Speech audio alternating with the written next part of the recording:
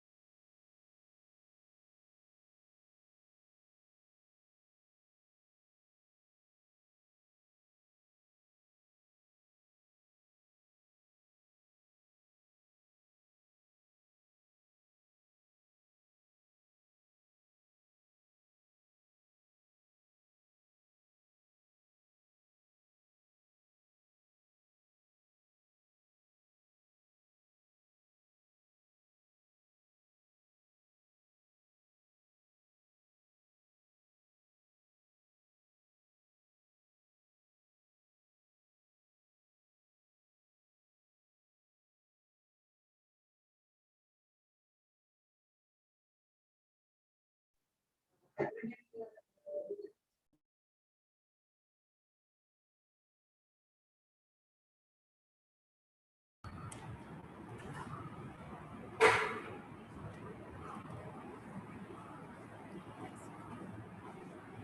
warm and pleasant morning to all. As the popular proverb goes, well begun is half done. The national webinar on access for disability groups, organized by Snehasadan College of Special Education, Angamali, Kerala, is ready to move into the second day of action. I wholeheartedly welcome all our esteemed resource persons and enthusiastic participants who are eagerly awaiting to participate in this really informative session. I hope you will have an exciting time ahead. Thank you. Have a nice day. Let's begin the session with a prayer.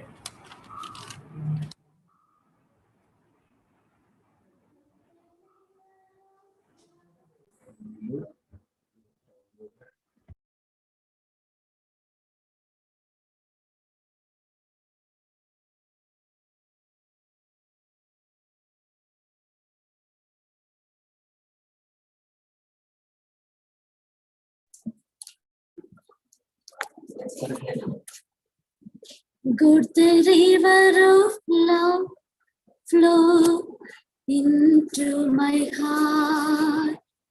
Good the river of peace flow into my heart. Good the river of love flow into my heart.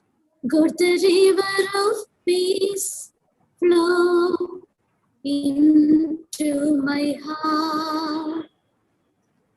As the sunflower longs for the sun, my eyes longs for you.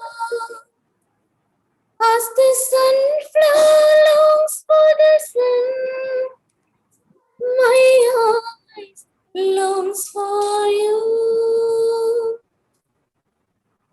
Good the river of love flow into my heart. Good the river of peace flow into my heart.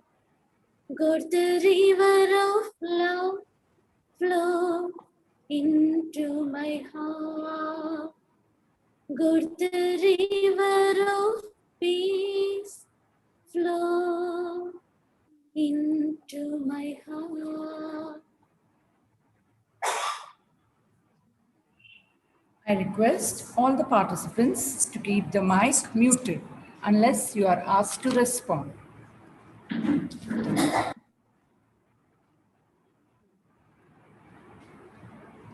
I am deeply honored to welcome Dr. Sheila Christopher, Dean of Research and Development, Department of Rehabilitation Science, Holy Cross College, Tiruchirappalli, Tamil Nadu, an eminent scholar and expert in rehabilitation science, whose work and mission speaks volumes of her dynamic personality, firm commitment, and strong-rooted dedication. Her invaluable efforts have gained wide acclaim and recognition, both at the national and international fronts. Ma'am, your vast expertise is just like a fountain of knowledge that will quench our thirst. Hearty welcome, ma'am. Thank you. Thank you so much. Shall I begin?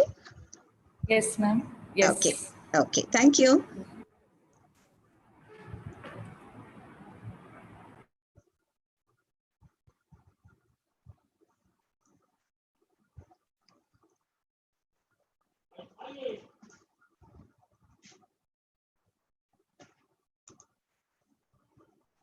Is it visible?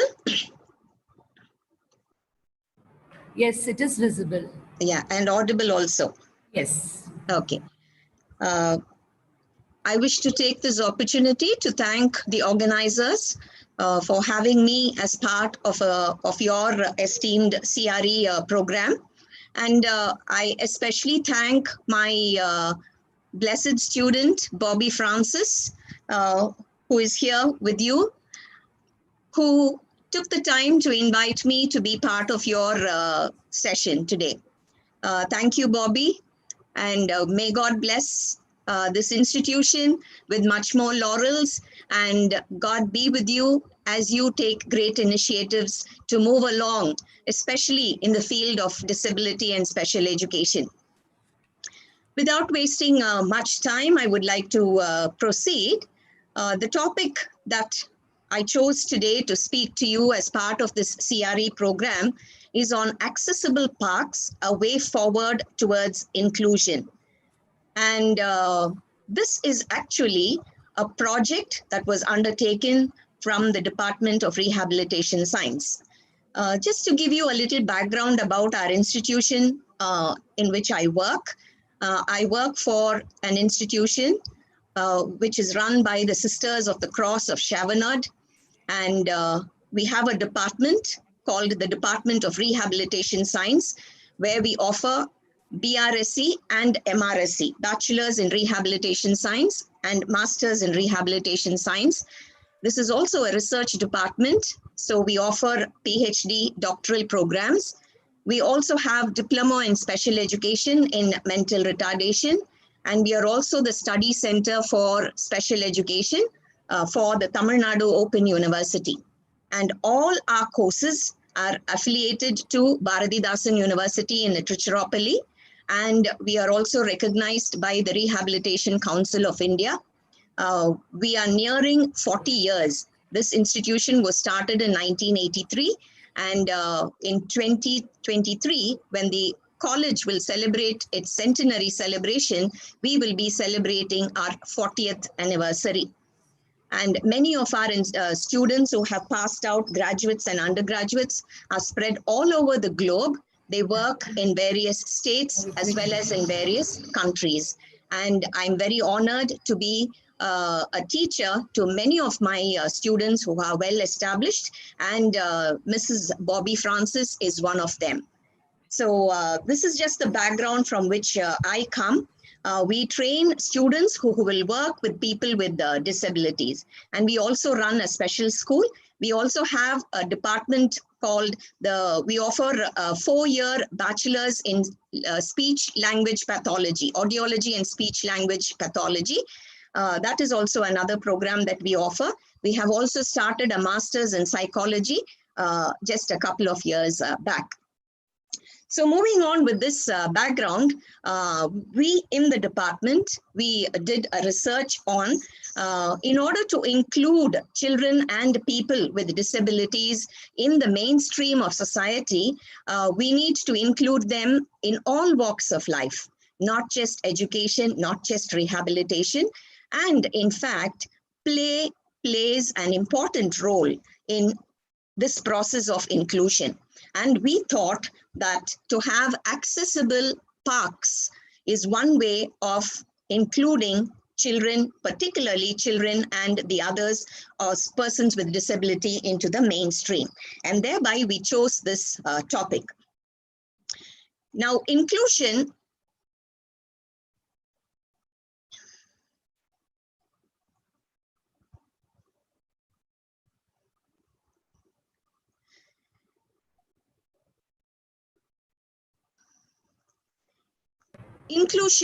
is all about a process by which we acknowledge the rights of all children to be a part of their local communities. So this is actually the definition of what inclusion is all about, where the rights of children to be part of their local communities is important.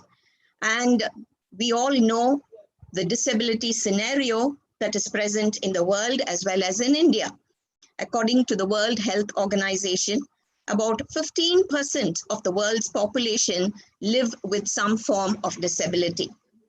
And India is home to approximately 7 to 10% people who live with various forms of disability, and an equal number of people with disability, they acquire on account of medical conditions and accidents. And to add to this, we have 90 million aging population of the country. Though India is a young country, India is a country which has more number of young people, still we have 90 million aging population who also form part of the disabled community. I'm sure many of us will be aware of this Smart Cities mission, which was inaugurated by the Prime Minister in 2015. This is a great opportunity that is given to we communities, we citizens, to ensure inclusion and participation of persons with disabilities in all due developments that will take place in India. Now, what is this Smart Cities mission, which was inaugurated in 2015? Now, this Smart Cities mission and disability talks about 6 different aspects by which inclusion could take place, particularly for children and persons with special needs. Now, the first one is the urban infrastructure, which is given importance, and the universal design or a barrier-free design component for buildings, parks, playgrounds, schools, colleges, hospitals, recreational areas, and public toilets. Those should also be given importance. And today, we will be concentrating on this part of the urban infrastructure, particularly parks and playgrounds in public, which have to be barrier-free so that this can include the participation of children with special needs. The next aspect of the Smart Cities mission and disability is about transport, where accessible pathways and junctions and footpaths and bus shelters and crossings and public transportation is provided, again, barrier-free and which is accessible to everyone. With regard to health, availability and awareness and access to medical facilities, especially e-medicines, should be prioritized to include people with special needs. ICT-led solutions for accessible digital technology for websites, mobile applications, products, and services. And of course, education, which we've been talking a lot, inclusive and quality education and access to digital learning. And again, citizen-friendly governance, wherein we have accessible websites, which is accessible to all types of people with special needs, applications, government portals, or community engagement platforms. Talking of all these different aspects, we found that in 2020, when we were struck with the lockdown and the pandemic, we found a lot of difficulties encountered by people with special needs, particularly with ICT, health, transport, education. They were not able to access freely the urban infrastructure, neither did we have friendly governance. So it's time to buck up and take control of this situation. And if we need an inclusive society, all these 6 different aspects should be comprehensively taken care of. If we need to include them, include people with special needs and bring them part of our inclusive society. Now, with this, we have the accessible components for the physical environment, which we will be talking more in detail, particularly with relation to the park that we will be talking of. We need to have movement in the outdoors. How are we going to have accessible components with regard to this physical environment? Entering, exiting, and evacuating buildings. So what kind of facilities one needs to provide? Movement within the buildings, like staircases, corridors, and the lifts, and the signage and the information boards that we will have, or the use of individual rooms and facilities. So how is it going to be disabled friendly, special needs friendly? So all these 4 important detailed components we will have to look into if we need to talk about inclusion and accessibility. I'm not going into those details of these things. Anyway, I would send the PPT to the organizers so that you can have a look of all those in details. This main importance of how play can be part of an inclusiveness with regard to children will be much spoken of during this session. So we are going to talk about how play areas, how parks can become places of inclusion. Play areas should be designed and constructed with disabled children in mind, providing an integrated setting wherever possible. And this will benefit disabled as well as non-disabled children. And it enables them to appreciate the diversity and raises awareness of the different needs of children. We will find that when we provide an inclusive, barrier-free facility, we are not just providing a facility for children with special needs. We are in fact enabling the so-called mainstream of the society to understand the difficulties that children with special needs encounter and how it helps them to empathize, it helps them to be part of the society, of the enabling inclusive society. And thereby we try to include inclusion through play, which can be done during a young age itself. Now, this is what generally is said. When we design parks or when we design buildings, we in India particularly, we do not give much importance to how one should be designed for an inclusive society. And this is what one Mr. Jones in 1997 had to say. Often a design process ends with a thought, if we had known at the start what we know now, we'd never had designed it like this. And one of the main reasons for seeking methods is to avoid this learning too late. So this is what happens. Normally, we do not take the stakeholders into consideration when we design something, be it a park or a public place or a building. And having finished the entire process, we then find that it has a lot of barriers and we are not able to include the people with special needs into the mainstream. So taking this particular cue from what Mr. Jones had to say, we took the stakeholders into consideration. And why we had to have an inclusive park, and this was a community initiative. In fact, the initiative that we undertook was a public-private partnership where we involved the government, the public, and all the NGOs or the social clubs that were involved in order to initiate a park in a very populated place in Trichy, in Trichy.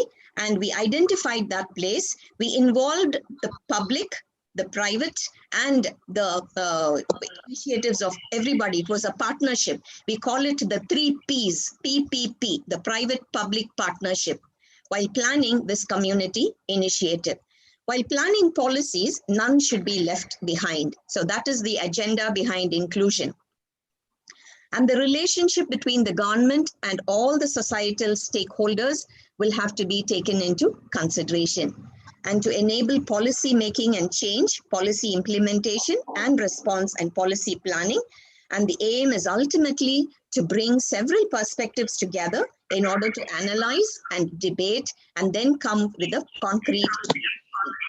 So with this in mind, we involved all the societal stakeholders into our decision making while we took a dilapidated, a very clumsy, ill-kept park into consideration for our policy and for our planning and implementation. And we wanted this to be a role model. The main idea behind this venture is to take a community park, a community park that was a government park. We wanted to take this park and redesign a community park and enable all children to play, and not just to play, they will be made to play together. So enable all children to play and to play together. And we wanted to remove all the barriers and the discriminations that were there in the community park, and ultimately partner with the local authorities and the community. Only then that ownership would be there. So we wanted to partner with the local authorities and the community and share this developing practice with the rest of the community so that there is a kind of a ripple effect, so that there will be more participation. This best idea, this great initiative, if it is successful, will be followed by the others also. So this is how the idea behind taking this park was taken into consideration. We wanted to redesign an already existing community park so that all children can play and play together, remove all the barriers and discrimination, and partner with the local authorities and the community. And we wanted to share this developing practice. And this is the outlay of the park. This is what we took the park. The chosen community park was in a place called Pandamangalam in Varayur in Trichy. This is closer to our institution, closer to our college. It was a corporation-run park. This park was run by the Trichirappalli Corporation, but it was maintained by Punjab National Bank. So here you have the public park being run by a private organization. The PNB was, it maintained it. And there were around 2,000 families near the park. And the situation of the park, or the status of the park, is that right now it is non-functional. So this is the background behind the community park that we took. I will show you a few pictures of this community park that we took, which was not at all accessible even by the mainstream society, leave alone children with special needs or people with special needs. So this park is in Pandamangalam. It's a corporation park run by and around 2,000 families. And right now, the research at the time of this non-functional park. So here you have the picture of the park. You have everything. The trees are not well maintained. The ground is not accessible at all. Everything is in a very dilapidated condition. It's so ill maintained. The sliding board is broken. And then you have the swing, which is also not functional. It's very unfriendly for children with special needs because you do not have soft sea sand underneath in case children have a fall. So it's very unfriendly. You will also find that all this is in very, very bad shape, ill kept, littered all over, not at all a friendly place. And you will find here all the dumped, absolutely dilapidated condition, and even the boards have gone. This is the park that we took in order to study and find out what can be best done in order to make it more user friendly. So why did we choose this park? This was a corporation park which is run by the government, and it was a well-maintained park earlier. And it was used by nearly 45 people on the weekends and more than 45 people on an average per day. And on weekends, more than 75 people used to visit this park. There was a walkers track also in this park, so people were using that. And this community, this Varayur community, this Pandamangalam, where we chose this park, there are a lot of underprivileged people who are living in the lower class of society. They are there, poor people. And there are 2 government and 3 private-run schools also here. And it's a predominant Muslim community. And we identified that there are 44 children with special needs in that particular area. Among the 2,000 families, we identified 44 children with special needs. And there are underprivileged people aplenty, and there are 2 government schools, so, and the 3 private schools with a total of 5 schools. So if this park is maintained well, and if this park is made accessible to everyone, I'm sure we were all sure that this park will serve not just as being accessible or just a play area, but it will go a long way in the process of inclusion of the entire society. And so with that in mind, we initiated this study, and we carried out this process. And basically, as we all know, parks are designed for children. And the main idea behind our venture was to design a park where children with all kinds of disabilities can utilize it. And all impairments ranging from sensory, physical, mental, and neurological, everybody should be able to make use of this facility. Only then we can talk uprightly about what inclusion is all about. So this is why we chose that park. I would also like to bring to your notice about the UN Convention on the Rights of the Child. And this UN Convention talks about play as a human right.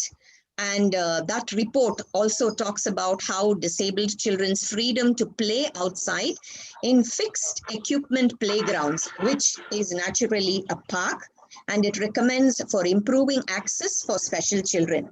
And by special children, we mean children who experience discrimination on the grounds of their impairments. So this is the UN Convention. So based on this UN Convention, as well as the Smart Cities objectives, we decided that this has to be done in order to talk about accessibility and inclusion. Now, there are three components to a higher level of an inclusive play. One, it has to be age and developmentally appropriate. It should be sensory stimulating. There should be activities which stimulate sensory stimulations, and then it should be physically accessible also. So these are the three components to a higher level of inclusive play. So talking about inclusive play, I think a common park or a community park will be able to provide all these three. For age and developmental appropriateness, sensory stimulating, and physical accessibility. This was in fact a preliminary pilot study. We studied and we have given a proposal to the government, and the park hasn't been established as yet. And we will let you know more in details about what this is all about. So now this community initiative, talking about this community initiative and why we needed this community initiative. To mainstream children and to accommodate special children, to bring more awareness about disability, to increase community participation and tolerance, to understand differences, to establish the rights of special people, to eliminate considerable barriers to accessibility, to encourage a sense of ownership. And thereby we have this community, parents and children, and a PPP, private-public partnership. Now, we can talk at length about inclusion, accessibility, and how public should include people with special needs, bring them into the mainstream of society and things like that. But nothing is like making them practically be involved in this kind of activity. And a public park or a play initiative will definitely enable children to be accommodated in an accessible way through play. And when children begin to be inclusive and accessible with each other, naturally adults also are made to be more accommodative. And that is why this community initiative was involved, in order to mainstream children and accommodate special children in the mainstream of society. And through play and through parks, more awareness about disability, about the difficulties they encounter and the differences they encounter can be easily explained, can be easily understood by the general public. And community participation will be increased, and more tolerance to special needs will be brought about when children begin to play with one another in a mutually sharing environment. This and the rights of the special people can be established. And this will also eliminate barriers to accessibility. And when you involve the private-public partnership, everybody is empowered to take it as their own personal they take it as their responsibility to maintain the park, not just maintain it in order to accommodate all walks of society into it. So it gives them a sense of ownership. And playing together talks about how the primacy of children feeling freely choosing to play in a way they want to play is emphasized throughout this study. It is not how we design something and force them to make use of the facility that we provide. In fact, we design it in such a way that they play it in the way they want to play. And the aim is not to ensure that they reach goals directed by others. They decide what goals they need to achieve. And that is another reason why we involved the private-public partnership. Or during the first beginning of the presentation, I told you about the stakeholders being involved. So all the stakeholders were taken into consideration in order to accommodate everybody, and so that it gives them a sense of ownership. So this is not what we decided. We involved everybody. We involved all the stakeholders in the initial process of decision making itself. Thereby, nobody is left behind. And we don't direct the goals. It is they who decide what they want. Now, these were the objectives that we chose based on our study. Our innovative and creative solutions to supporting the development and well-being of all children, regardless of their ability, strengthen families by establishing a safe and free community resource that allows families to relax and enjoy respite offered by these public places and experience fun. Value the importance of community involvement in the decision-making and planning process of each unique site through the use of a user participation design framework, and will enable families, children, and the broader community to develop a sense of ownership. So we had 4 objectives. Support the development and well-being of all children, regardless of their ability and their disability. So all children, the mainstream children, as well as children with special needs, will be involved in providing an innovative and creative solution. The second objective, strengthening families, whereas children, most of them are accompanied by parents to the community park. So this will establish families, strengthen families, where a safe and free community resource can be used. This will give them a relaxed environment, a public place where children will have fun and parents can share talking to each other while this kind of a facility is provided for children in a relaxed environment. Community involvement is stressed in the decision-making and planning process, where we stress user participation design framework. This user participation design framework is very important, and this is what I've been stressing right from the beginning, that all the stakeholders who are involved in the park, not just in designing, but the users also were involved in designing this park. And this enables, therefore, the families, the children, and the broader community to develop a sense of ownership. And that is why the first objective talks about the children, the second objective talks about the families, the third objective talks about the community, and the fourth objective talks about the ownership that is provided to the children, the families, and the community. And thereby, with these 4 objectives, we moved on to this study. Now, this was led by the project team of the department, and we formed a committee called the All Abilities Park Committee, and we spoke about the public-private partnership, or the NGO, or a mix of all that. Parents were involved, the local government was involved, and the NGOs that were working, like the Punjab National Bank, which were earlier maintaining this park, they were also involved in this. And of course, we had the special children, we have the regular mainstream children, and the other park goers and the community people who used this park as a walkers zone. They were also involved, and the other park designers, we have architects, we have the public who had insights into innovative designing, they were also involved. So this is what the entire committee looked into: parents who had children with special needs, parents who had mainstream children, the local government and the NGOs, the park goers, the community, and this is what we talk of as the public-private private NGO partnership, or the private public-private partnership, the PPP. And with this, the project team went into the process of the 3 stages. We discovered the park users' needs and what they needed in the park environment. A design was developed, and the construction and the redesigning was planned. And we also decided that we will remove the play barriers to ensure maximum play.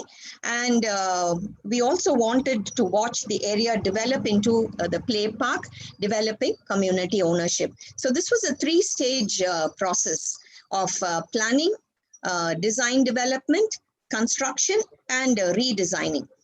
Because this park already existed, we had to undo a lot of things. We had to redesign a lot of the facilities that were already there in order to accommodate children with special needs.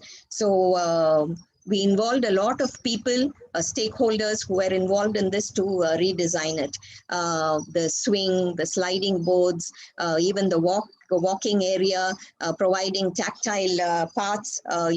We will talk more about that later. Now, the research route, this is how we did. All Abilities Park Committee was formed, identified in this already existing park. We studied its environment. We developed a design. Based on the barriers and needs, we suggested modifications, and we developed a design. So this is briefly the research route that we undertook. Based on this, these were the findings. The number of members, children with disabilities, there were 40 people actually, 40 children with disabilities. Children without disabilities, it's 33. Parents of children with disabilities, 18. Parents of children without disabilities, 21. Now, children with disabilities is 24 plus the remaining, whom we identified in the schools, which amounted to 40. And then we had the general public, or the park users, who were 45 in number, and members of the local community who don't use the park, but who live very close to the park, and they were 26. So we took opinions and suggestions from all of these people, and this is how these were the people who were interviewed to ascertain their views regarding the park. And thereby you will find that almost the entire community is taken into consideration. So this was the need analysis study that we did of all the stakeholders, because we wanted to design this park not just for children with special needs. We wanted to have it for the mainstream children as well, and parents also as well, and for the community as well. So we involved all these people. We interviewed them, we spoke to them, asked them about their requirements and needs. Now, this is what we obtained from them. What the unique needs of the community are. Now, these are all the questions that these are the areas that we asked. What are the needs of children with and without disabilities in that community? And what barriers have they experienced to date during this, in this playground or the park? And what is the community's vision for this play space? And what do children want to experience? And how will they access and interact within the play space? And what specific needs are there to maximize play opportunities? What value will this play space bring to children once it is developed? What environment do the children want to play in? And what are their preferences for play? And what do families need to ensure their experience is positive or not? And what are parents' needs to ensure that they feel safe and relaxed when their children are at play? And what are the specific needs of families in having a good day out? So these were the various questions that were asked to the community, to the children, as well as to the parents. So a lot of information was elicited from them. And in fact, since this is a public-private partnership, everybody was involved, because their opinions were considered important. Their say was given recognition. So everybody felt much wanted, much respected, much recognized, because everybody felt that they were ultimately going to be the users of this facility if developed well. So they came forward to give a lot of information. And we did ask children and families. We also observed children play, and we also interacted with the children during their play. So it was not just asking questions alone. We went to these schools where children during their playtime, they were playing. We observed what kind of play they do, how they interact with each other, what kind of facilities they were using, not using, what was available, what they needed. And so observing them during play to find out if accessible play environment is there is an important aspect of our study. We also interacted with the children during their play. We asked them what facilities they needed, and we spoke to children as well as their families. And listed here are some of the many facilities that they wanted, or we thought that they need to have these kinds of things over there in a park. With regard to accessibility within the site, we had to ensure all elements within the space are usable and are connected by accessible surfing. And so if we are talking about accessibility, all areas should be accessible.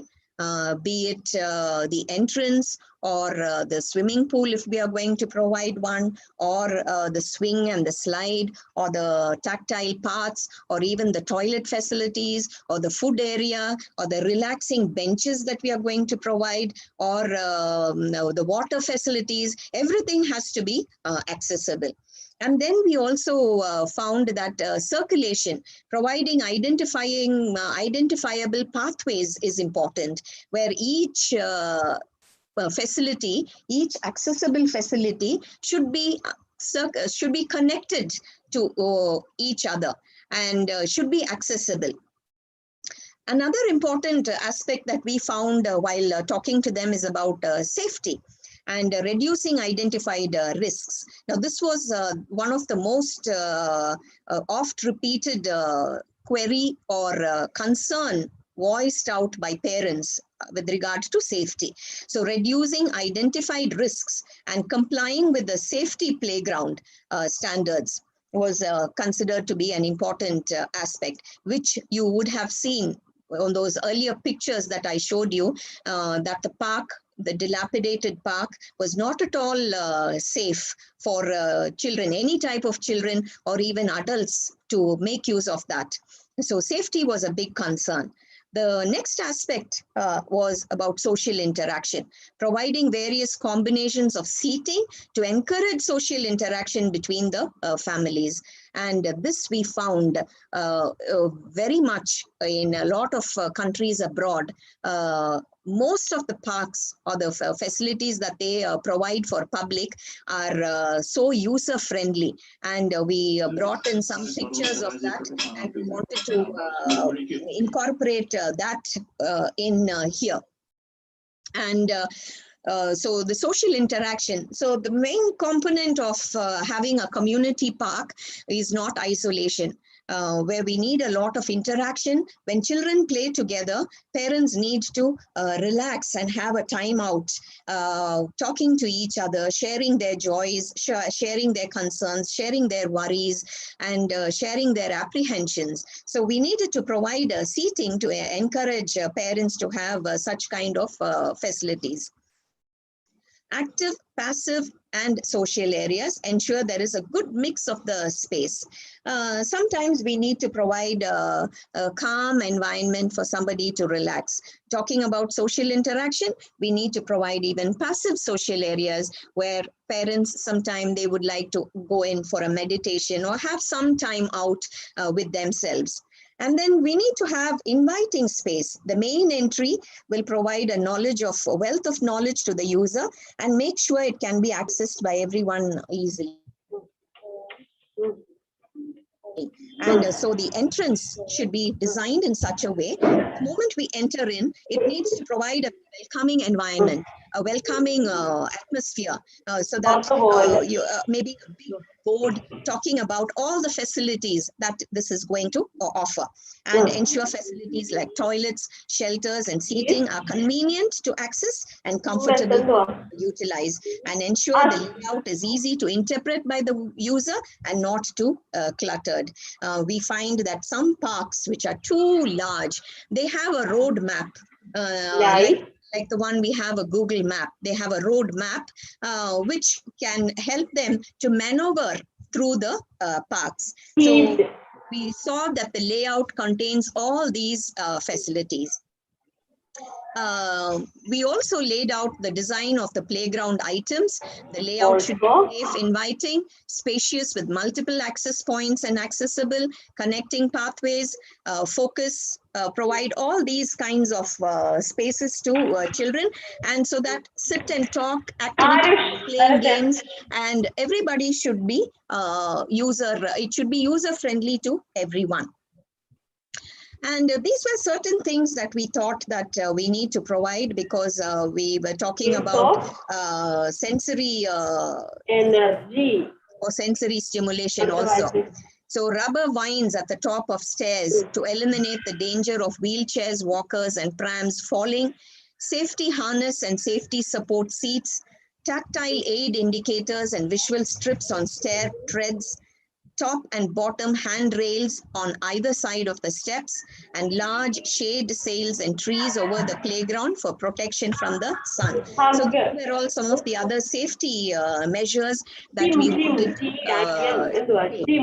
so that it provides a better facility.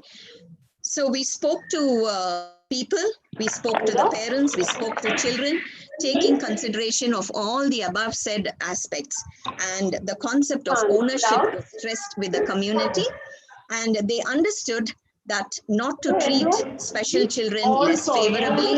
The community learned to make reasonable adjustments for special children, and the process of identifying the barrier is an important part of identifying the best solution.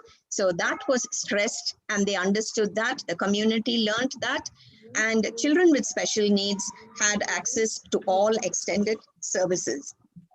So because of this public-private partnership, community learned all the above said things, and we felt very happy that the community felt the need for such a kind of a comprehensive, all accessible, inclusive park where everybody could make use of that. Now, we can do, as individuals, what we can do is we can serve as an extension arm of the community, preventively, remedially, and promotively. We can, through a community park, we can alleviate fear among parents, children regarding inclusion, and provide training for parents, community on disability, accommodating and inclusion. With regard to remedial, we can provide a holistic approach in the planning and provision, reporting and reviewing process, counseling, and help them with guilt, shame, and faith. Promotive, make recommendations for play requirements, act as play facilitators to ensure all children have the space to play. So if you think this initiative that we have undertaken is good enough, you could follow that, and you could act as an extension arm of the community, playing a preventive role, a remedial role, and a promotive role. So now, what next with regard to this research? These suggestions have now been submitted to the local authorities, and we are awaiting clearance and nod. And hopefully, maybe in the next presentation, if possible, if I am called, I will be able to show you pictures of the park that we have already established. Now, we are almost nearing our conclusion. When children play together, parents invariably talk together.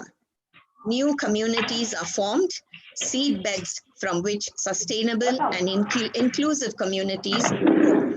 So naturally, when children begin to play together we find their parents comfortably sitting and talking, and new communities for an inclusive society is formed. And the overall purpose of this research or the document was to inform the local governments about the participatory design method, or the PPP, to act as a guide in helping local governments create an innovative and inclusive play space which is accessible to all kinds of individuals, people in the society, and to give local governments, designers, and other stakeholders additional tools and skills that can be utilized in future projects. And these were some of the pictures that we submitted along with the report to the government, how the parks should be, so that it can be an all-inclusive facility. So these were some of the facilities. So inclusion is about learning to live with one another. Inclusion means being with. It means affiliation, combination, comprisal, enclosure, involvement, and surrounding. Inclusion means being with one another and caring for one another. And inclusion ultimately means having an inclusive society which is accessible to everyone. So this study that we had undertaken has been submitted to the government. I request all of you to continue praying that this project should be a success. And once implemented, it can be a model for the others to follow. Thank you very much for your patient listening. I'm now ready to take some questions if you have. Yes?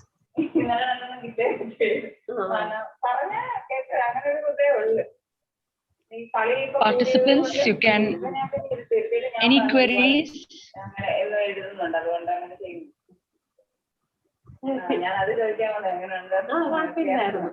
I have a question here. Somebody has asked about the 3P model.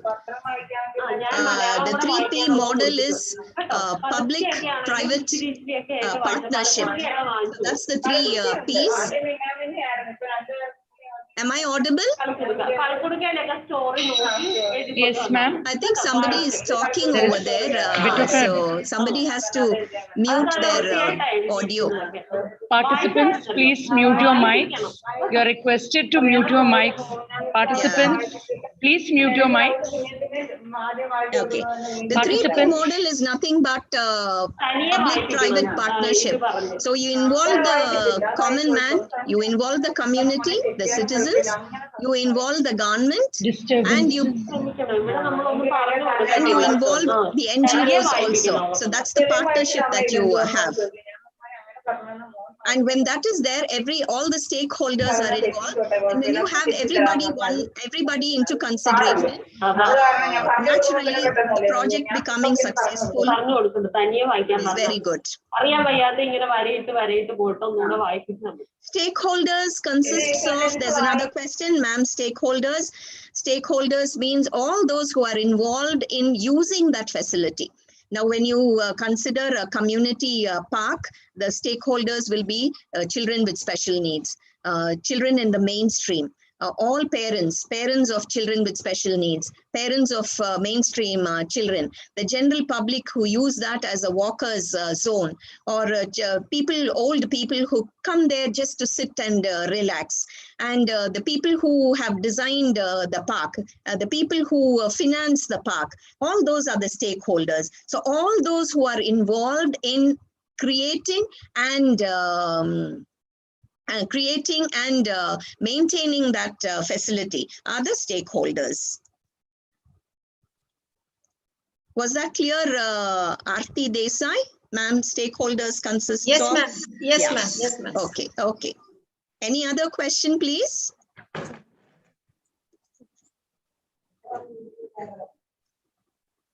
Yes, ma'am. Yeah, is there any other question, or do we stop? Any other queries?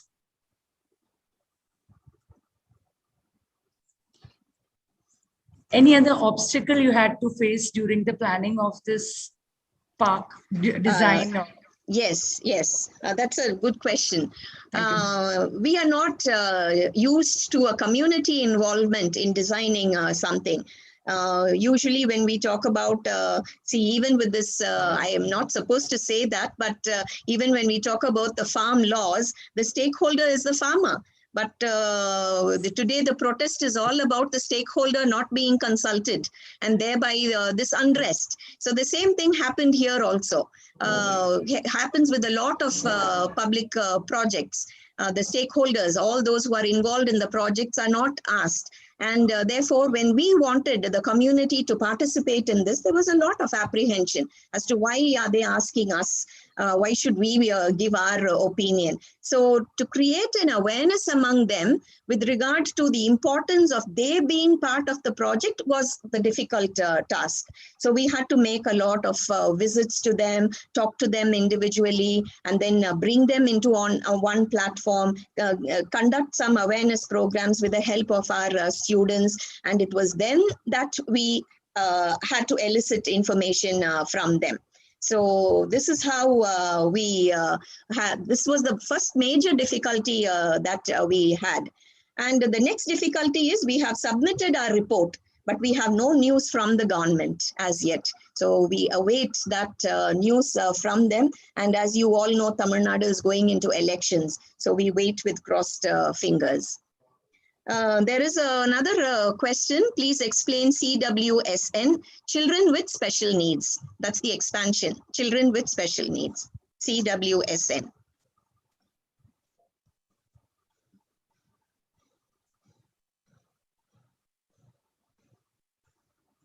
Okay, any other questions? Madam, I have one question. Yes, have one please. question, please. Yes. You told about the public-private partnership. Yes.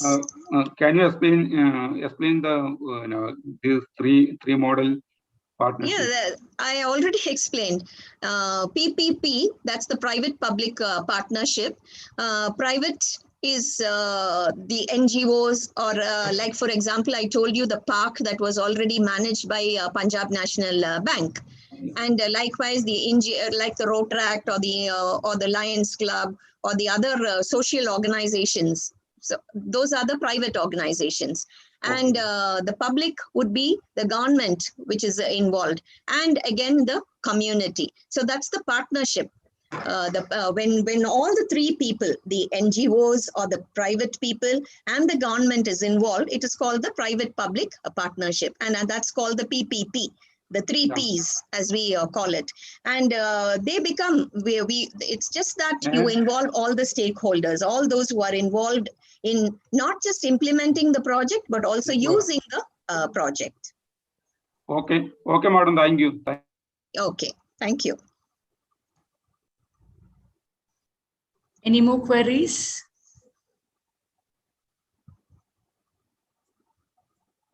So, yeah, I think there are no more questions. I would like to express my profound gratitude to Dr. Sheila Christopher for providing an innovative and creative solution, an inclusive and a child-friendly park to meet the play needs of the tiny tots. Thank you, ma'am. Thank you, ma'am, for providing a really informative session. Thank you. Participants, ma'am, yes. You need to be there. Participants, you are asked to kindly switch on your videos for a group photo. Yeah. All the participants, please switch on your video. We are planning for a group photo with our resource person. Thank you. Is Bobby anywhere there around? Can I just have a glimpse of Bobby? Just a minute. Yeah. Bobby ma'am. Yes, she'll be here. She'll be here. Okay, sure.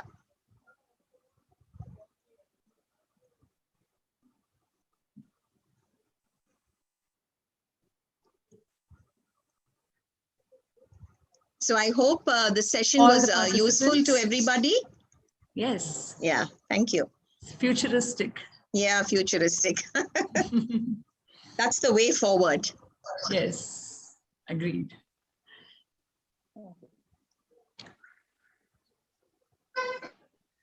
Please switch on your video. The participants are requested to switch on your video for a group photo. Hi, Bobby. Yes, ma'am. Hi, Bobby. Just wanted to see you. Yes, ma'am. So everything is going fine? Yeah, yes. Everybody was staying here. Your class was nice. I was in class, ma'am. Okay, okay. Offline class is going on, ma'am. Here. Class going on here. Okay, okay, okay. Okay, so you've started college. Okay, okay, no problem. Carry on, Bobby. I just wanted to see you. Yes. Sister is going out. Nice to see you all. Okay, ma'am. Yes, sister.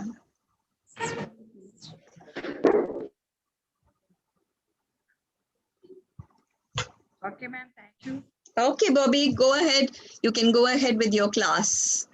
Okay, God bless you, ma'am. Yeah, Bobby, thank you. Thank you, sister. Thank you so much. Okay, thank you. Okay. Has the photo been taken? Yeah. Yes, ma'am. Yes, Okay, so can we close then? yes, ma'am. Okay, thank you so much. God bless you. God bless all your initiatives. You are in my prayers always. Thank you. Thank you, sister. Thank you, Bobby. Thank you, everybody. Bye.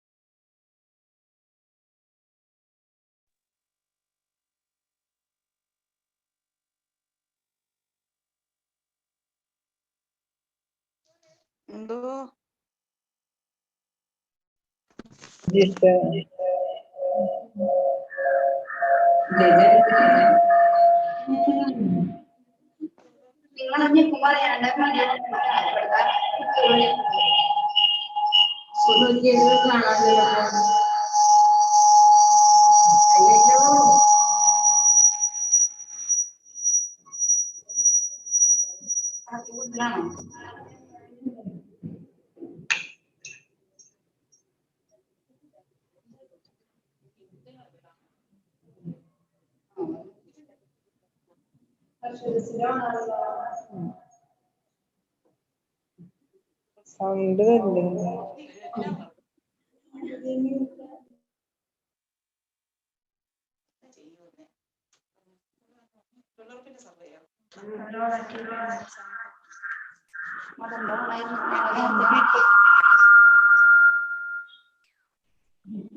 എന്തിയാണ്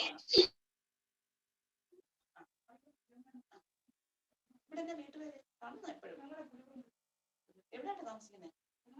ആ ഇവിടെ ഈ കണ്ണന്റെയൊക്കെ വീടിന്റെ ഇപ്പൊ മനസ്സിലായി. എന്നാ ഞാൻ കയറും എവിടെ ഇരിക്കാം. ഞാൻ എനിക്കും ഇരിക്കാലോ. ബാ എനിക്ക് അങ്ങോട്ട് ഇരിക്കുക. പിള്ളേര് പിന്നെ അച്ചു കോളേജിൽ പോയി. മോനെ മൂത്തവനെ ശാന്തിപുരം വരെ പോയേക്കുന്നേ. അമ്മയുടെ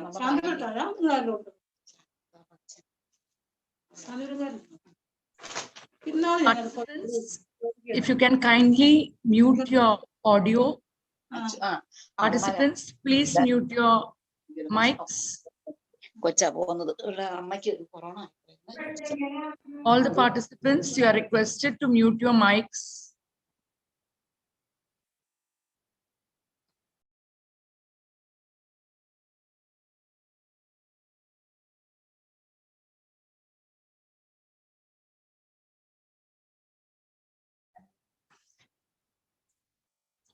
Moving on to the next session, Miss Merlin Matthew. Miss Merlin Matthew, are you there?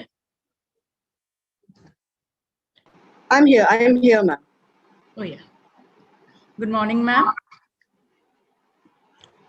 Miss Merlin Matthew, an affluent speech language pathologist who has worked successfully for more than a decade to cater to the intense needs of speech therapy and feeding.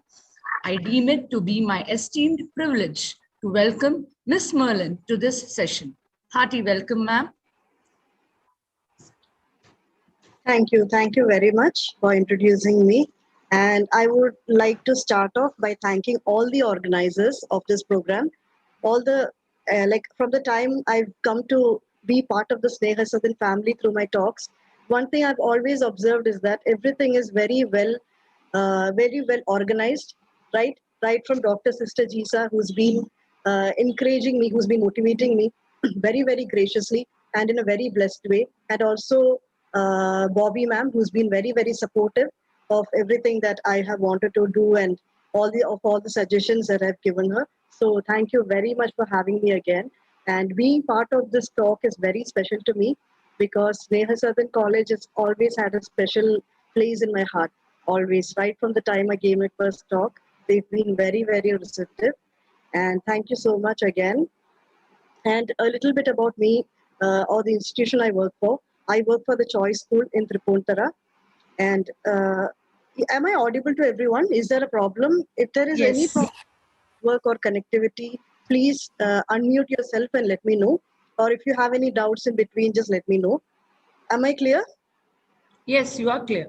Okay. So yeah, I work for an international school in Cochin, and we are an inclusive school. Like we have children. We are a regular school, mainstream, and we also take in children with special needs. And I work for we have a specialized department also, consisting of special educators, speech and language pathologists, counselors, and we work together as a team for the development of each child. So we do the assessments, the training. We also train teachers on how to handle the children in the regular classrooms. So it's a very inclusive and very special setup that we have at the Choice School. Yeah, so today the topic that has been given to me is accessibility for children and for individuals with autism. Okay, so can we have this as an interactive session? I would like some of you to just unmute yourselves when I ask. And before that, also I wanted to know: is there anybody in the audience who doesn't understand Malayalam?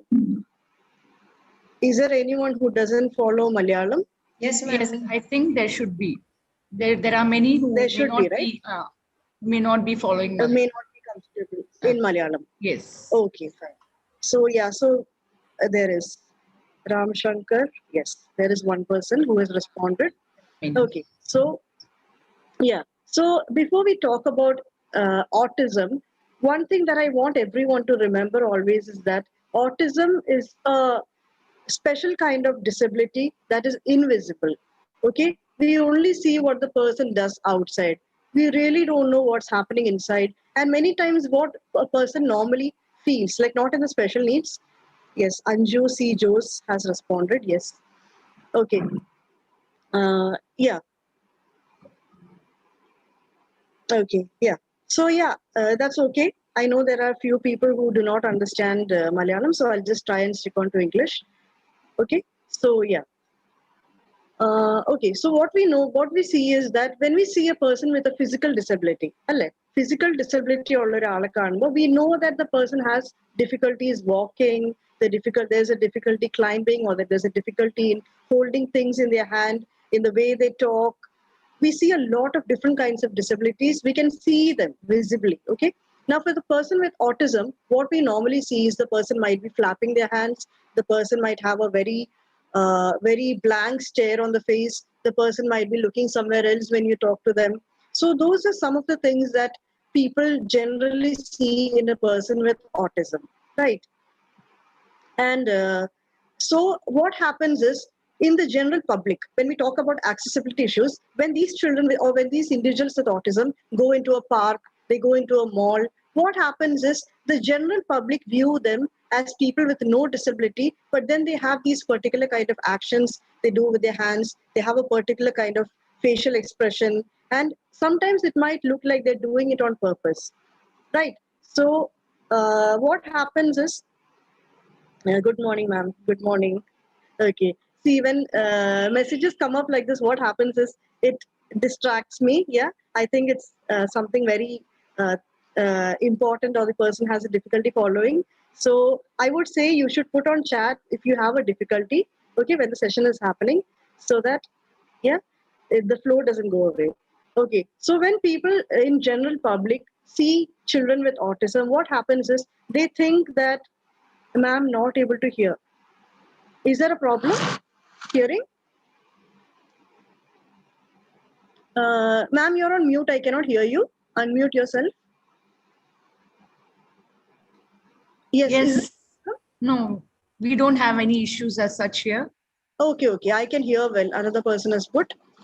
Okay. So what happens is it takes tremendous amount of effort from our side to convince authorities that we need help, that we need to do something for these children with autism. Okay, because many times what happens is they do not see a need, right? When we go to a mall, how many of you have been to Lulu Mall? Can I see a thumbs up reaction? If you go to reactions, you can put thumbs up, you can put a clap, anything on the reactions, not on the chat.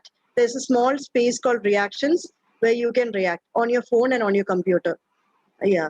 So if you go to Lulu Mall, you can see that, we have different kinds of maps. Yeah, we see the map and we know where to go and all that. But one thing that struck me is there's a place in Melbourne in Australia that is specialized for autism. Okay, there's a whole museum that is specialized for them. And what the people in the museum have done is that in this map of the museum that they have kept on display, what they have done is they've marked out the places where there is high sensory stimulus and where there is low sensory stimulus. Okay, so when you have a person with autism with you, you know that places like malls and all can be quite disturbing because of the lighting, because of the sounds, which some of the sounds we may be able to neglect as normal people, but people with autism find it very difficult. So let me ask one thing to the audience. A few of you can unmute and tell me, what are some of the things that you feel personally that we should do to accommodate people with autism into the community? Anyone quickly unmute and tell me?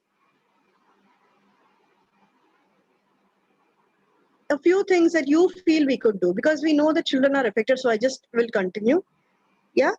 A few things. By the end of this session, I will not be telling you any of the accommodations. I will not be telling you any of the accessibility issues. Bobby ma'am and Jisa ma'am might disagree with me on this, but I'm just going to give you the facts. Okay, I'm just going to give you the facts, and from those facts, you will be able to appreciate what a person with autism goes through on a daily basis, be it in the classroom, be it in a mall, be it in a hospital, be it in a movie theater, be it in a park, be it in any place. Okay, so by the end of the session, what I want you to do is, I want you to understand what a person with autism goes through and how can you help them.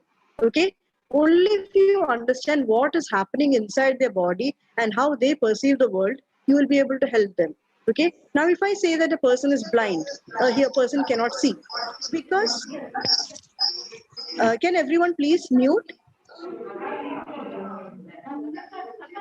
Shiny, there's a name Shiny. Please mute yourselves. Please mute. Yeah, okay, thank you. Okay, so when I say, if you understand the disability, if you understand what the person is going through, you will be able to give them accessibility. Okay, so for that, I'll be showing you a few videos. I'll be showing you what happens inside the body of a person with autism. So let's go into the presentation. Okay.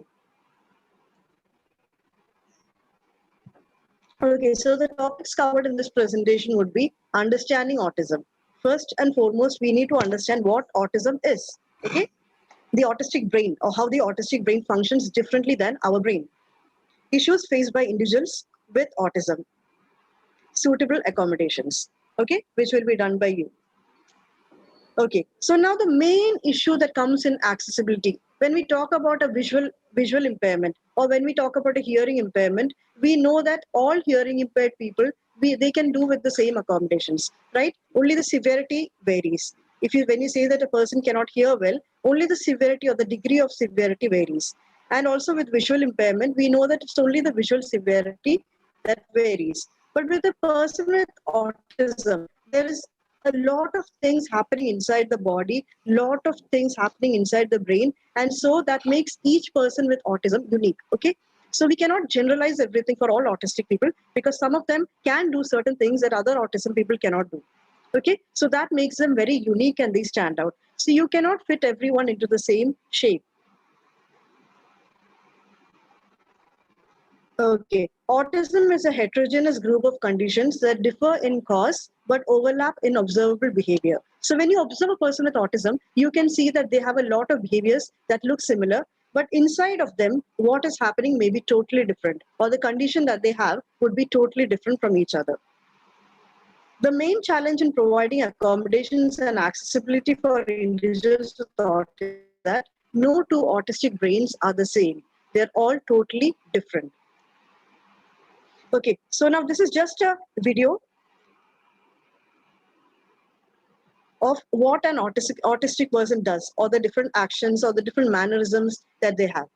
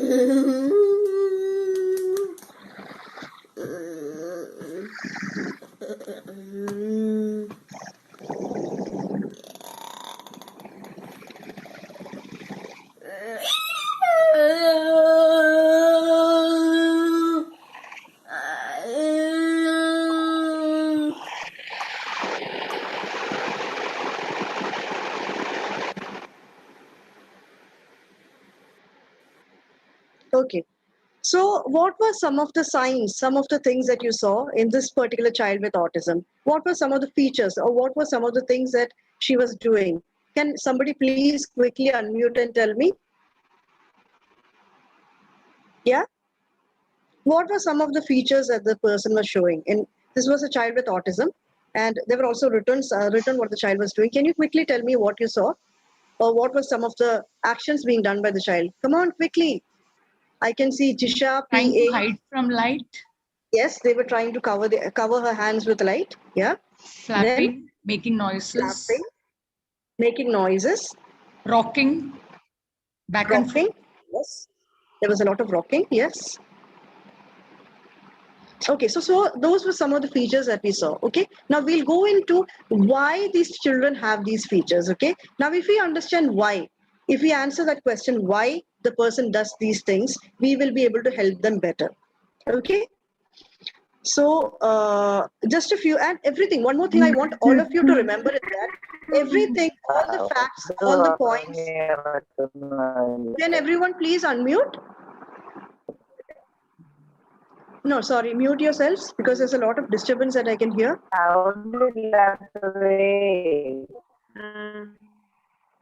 Please mute everyone. Okay. So yeah, so if we have to help them, we need to understand why they do these things that they do. Okay, so now we'll be going into the why, answering all the why questions of why they do these things. Why it's important is because when we talk to an authority, when we talk to a person outside whom we need to provide accessibility, like if we talk to the owner of a movie theater to make their movies or make the theater more autism friendly, we need to make them understand why they have to do it. Right? We need to sit down and talk with them and make them understand the difficulties that these children face. Right? So that is the basic reason why you need to answer all these why questions. Okay? So one more thing I need to tell you is that there has been a lot of research that has been happening based on autism. Okay, the lot of people who have been doing MRI scans on the autistic brain, giving them activities and seeing which part of the brain lights up Okay, so when we all know that certain parts of the brain are particularly specifically for the things that we do. Okay, now if I'm moving these fingers of mine, there is a particular area of the brain that lights up. Okay, on the MRI scan, now if I'm touching my nose, there's a particular area of the brain that lights up. Okay, so every action that we do, certain parts of the brain, specific parts of the brain gets lighted up. Okay, now how this is important in our study is that a lot of research has been done on this, and they have tried to find out how the autistic brain is different. Okay, how the different parts of the brain are different from the parts of the brain of a normal individual. Okay, so we'll be going into a little bit of brain studies and what things have been found out. So individuals with neurodiversity, why it is called neurodiversity is because the whole neural system or the whole nervous system is different for them. Individuals with neurodiversity have a differently wired brain with diverse gifts and talents. They have a lot of restricted, repetitive patterns of behavior, interest, or activities. Sensory processing challenges. Okay, so now let's look at some of the concerns that we have regarding children with autism. There is an inability to prune away unwanted information and focus on the needed information. Therefore, the same thing is perceived in different ways by the same individual. Now, we know that we have a lot of information coming in, right? We have a lot of, I hear the fan sound, I can hear the traffic outside, I can hear the teacher speaking, and I can hear a lot of sounds, right? Now, what my brain does is it filters out the unwanted information. All the fan sound, the traffic sound, everything gets filtered out, and I am able to focus only on the teacher's voice or only on the stimulus. Okay. Now, a child with autism, what happens is they may not be able to filter out the unwanted stimulus. Everything is in the same intensity. The teacher is talking with a particular loudness, the traffic is in the same loudness, the fan sound is also with the same loudness. I can even hear the lights. Many children with autism have told that even the lights flickering, when there's a voltage problem or when there's a problem with the lights flicker, right? So even that is perceived as a disturbance. Even they are not able to filter out that sound. Okay, so we have to understand, and even the not just the hearing part. Now we spoke only about the what they hear, but even the things that they see, everything is in the same intensity. The light from the window, the door, everything hits them with the same intensity, and they're not able to filter out what is not wanted. Okay, whereas our brain or a normal brain is specialized to filter out unwanted information. Okay, so that is one major deficit that these children with autism have. So what happens with these children with autism is that what they say is based on research and based on interview and all that. The children with autism, when they enter a room, many things that they see are different from what they saw before. Okay, so one time when the child enters the classroom, the child may only see the fan and nothing else. Okay, the child is just looking at the fan, does not see anything else. The second time the child enters the room, they pay attention only to the edges of the table. They don't see the table, they don't see the books on the table, they don't see their friends, they only can see the edges of the table, and that is what has caught their attention. Okay, many other times a child walks in and the child sees the edges or the point on the door. Okay, the child cannot see anything else, only that is the focus. So many times what happens is when the same thing is perceived in different ways, the same classroom is perceived in different ways by the same individual. So that is one major area of difficulty, not able to see the whole picture. Okay.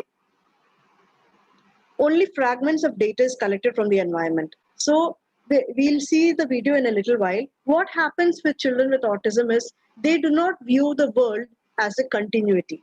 Okay. Or they, like we see the world like we are a part of a movie, right? One scene leads to the other scene, then the next scene comes. But with children with autism, what happens is one scene is there, then there's a gap, there's a pause, and then they see the next scene. Okay, they miss out what happens in between. Okay, so now there's this very good video that shows how a child with autism sees the world. So what happens is they look at something, then they just close their eyes, open their eyes, and there's a totally different picture. There's darkness in between, then it's a different picture. So if a child with autism walks into a restaurant, Okay, first the child will see the waiter coming, and then what happens is the child just loses focus, comes back, the waiter is no longer there, there's a coffee machine there. Okay, so there's no flow from one scene to the next, and that is something very, very frustrating, or the children are not able to put together the larger piece. It's all like pieces of a puzzle, how they view the world. High anxiety level, attachment issues, and co-regulation issues. Co-regulation is nothing but when the child has issues in connecting with people. Okay, when the child has a problem, or when the child is too overwhelmed, the child is having a real problem and frustrated, the child needs somebody to bring them back to the normal position or bring them emotionally back. Okay, so that is called as co-regulation. Regulation is when I'm able to take care of my emotions, take care of my body and what happens inside my mind. Co-regulation is when somebody helps me to bring back my emotions to a place of rest. Okay, inability to pick non-verbal cues. So the child is not able to pick up non-verbal cues. For example, if I were to walk into a hall, or if I were to walk into a meeting, I see all the people standing up and the speaker is speaking. Okay, now what would I do as an individual? I would also go and stand. I wouldn't go and sit in my chair, because I have picked a cue that since everybody is standing, I also need to stand. I may not understand what is happening, but I know that I have to stand. Now, when I enter the classroom or the hall and I see everybody seated, I know that I also have to go and sit. Nobody told me, but I am able to pick that nonverbal cue from the environment. Now, a child with autism will not be able to pick that environmental cue and act accordingly. Okay, so that is one major deficit that they have. Varying arousal levels, the child may be very hyper and very agitated and very in a very highly sensory receptive way, sensitive manner, picking up all the stimuli in the environment, or the child will be in a very low state where the child is completely unaware of the surroundings, completely unaware of what is happening in the surroundings. Okay, so there can be different levels of arousal, and that is what makes it more difficult to provide them accommodations. Okay, suppose we take them to a movie hall. Okay, take them to a movie hall, we lower the lights, we lower the music, we lower the sounds, everything. And what happens is, if the child is in a very low state of arousal, he will not be able to attain anything. But what happens is, if the child is in a high state of arousal, all these things will be quickly picked up. Okay, so now because the child's arousal level is varying, it becomes very difficult to provide accommodations to that particular child. And so we have to be very careful about how the child reacts to the environmental stimuli. Digestive and gustatory, we won't be going into that part. Okay, so any doubts so far? Any doubts? Anybody has anything to say? Can anyone quickly unmute if you have anything to say, any doubts, or shall I continue? No? Is anyone listening? I cannot see. Can some of you please turn on your videos? Because I think everyone has turned off your videos and it's like speaking to a block of tiles. So can a few of you please turn on your videos, if it's okay? Yeah. And I want you to respond. Yeah. Because I want to know if you are listening and if you're still there. Okay.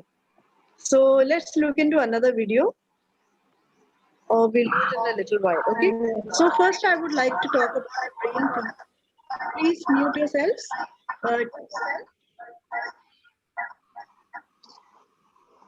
There's a name here, Teresa.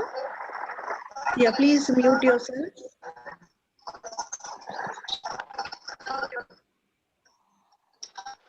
Okay, so we'll talk about the neural connectivity. What happens in the brain of an individual? Okay. Okay, neural connectivity between nerve cells. We know that lots of nerves are there inside the brain, right? We have a lot of nerves in the brain, and there is increased local connections but reduced long distance connections. Now, if I have to move my hand and pick up something, I need a nerve connection going from my brain to my hand. Okay, then only will I be able to pick something up. Now, what happens in the autistic brain is that there is more of connections within the brain and very less connections coming out into the parts of the body. Okay, so it becomes very, very dysregulated. The child does not usually have a control on what is being done with the hand or what is being done with the head or what is being done with the body. Okay, so that is what happens in many children with autism. Many children with autism, especially they did a brain study on Albert Einstein's brain. Okay, I'm sure all of you have heard of Albert Einstein. It is believed that he was an autistic person, and when they did a study on his brain, what they saw is his brain is larger than usual. Okay, so then they found out that most children or most individuals with autism, when you look at the brain studies, we see that they have a larger brain. Now, what is wrong with having a larger brain? What happens is that in a larger brain, we know that we have neural connections, right? Yeah. See, we have columns of cells in the brain.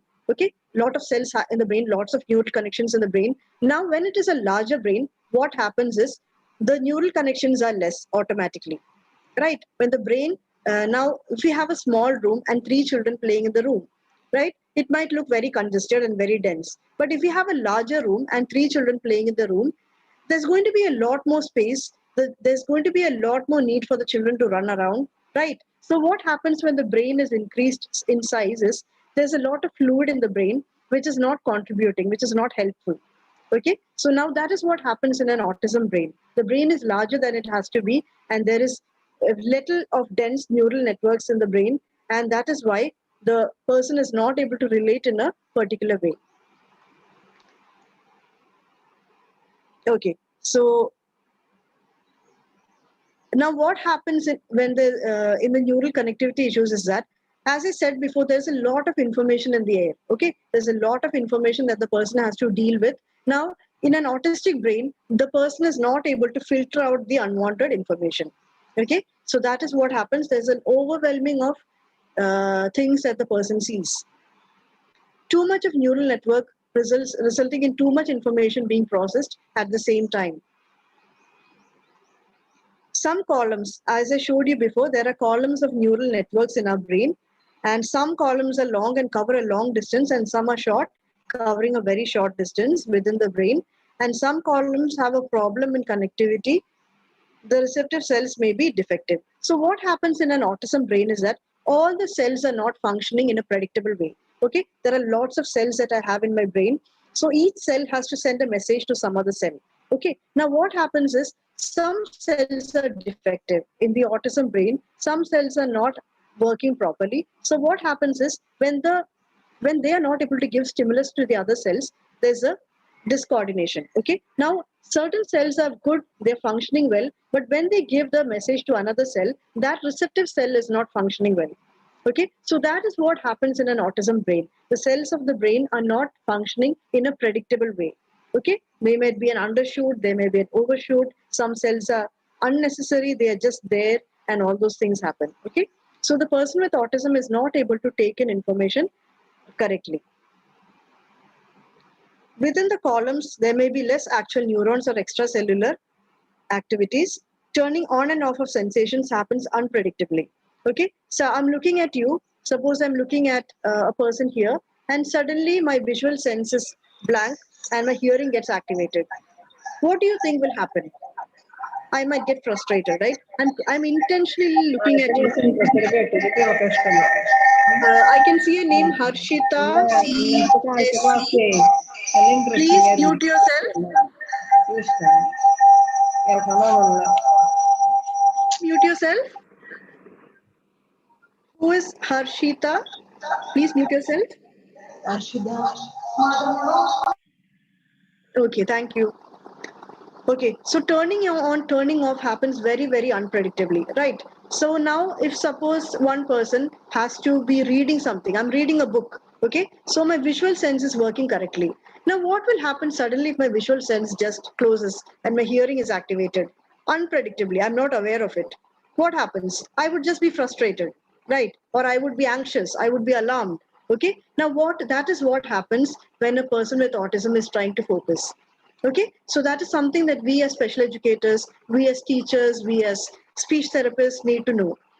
Do we have any other professions on the audience other than special educators and speech therapists? Do we have anyone else?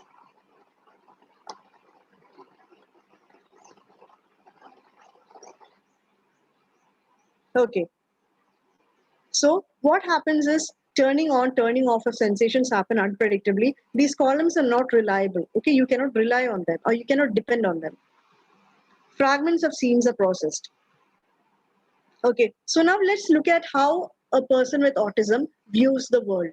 Okay.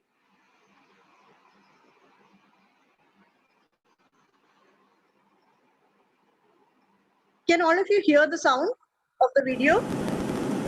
Just wait there 1 minute. I'm just going to get a ticket, okay?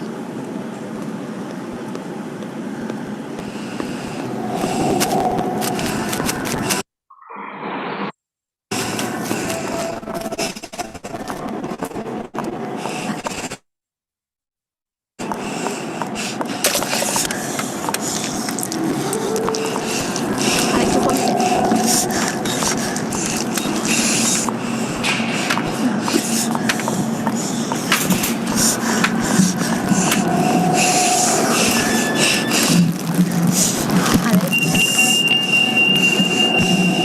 minute. Calm down. I have to finish this, okay? 1 minute.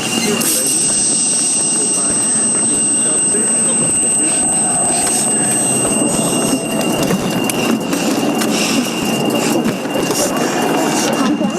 We're gonna go home, okay? Alex, it's okay.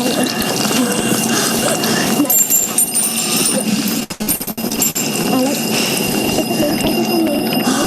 It's okay. The child is having a meltdown, just breathing.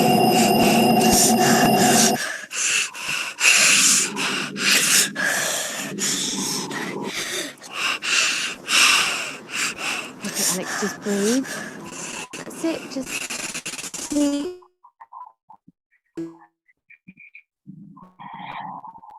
Breathing. Calming down. Okay. Everything's Okay, fine now. now can anyone please unmute and quickly tell me what are the things that you observed? Quickly, quickly. I have to move on, please.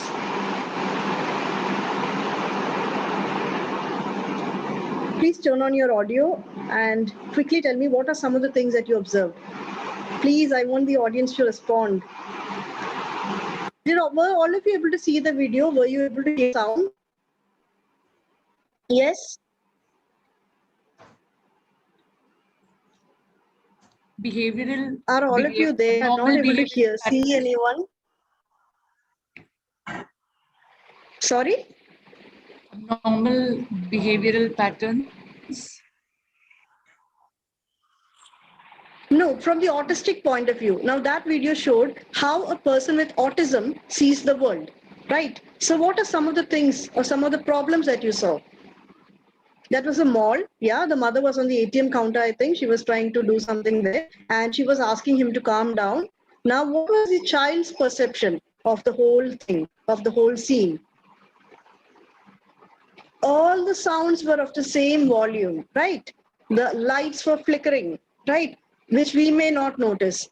We may not notice it. The child with autism, even that is very sensitive, right? They saw the light flickering and the person was having something in his hands, was having a toy in his hands, and he could see himself in a very daisy way. And the long distance vision was he could see the mother and all the lights around the mother, all the sounds, and even his own breathing. He could hear his own breathing in a very loud way, which we don't notice. We don't notice our breathing sound, but he could even notice his breathing. He could notice a mother's voice in the same volume. And even we do not notice when we blink, right? When I'm talking to you, do I pay attention to that? No, I do not pay attention to the black scene that I see when I blink. Exaggerated. Even the eye blink is very, very exaggerated. They see a dark scene, then they open their eyes, they can see the whole thing. Again, they close their eyes, they see black screen, again they open their eyes. So that is what happens in a person with autism. All the sounds, all the lights, everything that they see hits them with the same intensity. Okay, that is what is making it difficult for them. Okay, now there are two network modes in the brain. One is the salient mode network, one is the default mode network. Okay, now the default, just like the name suggests, default in the chanda, What is default?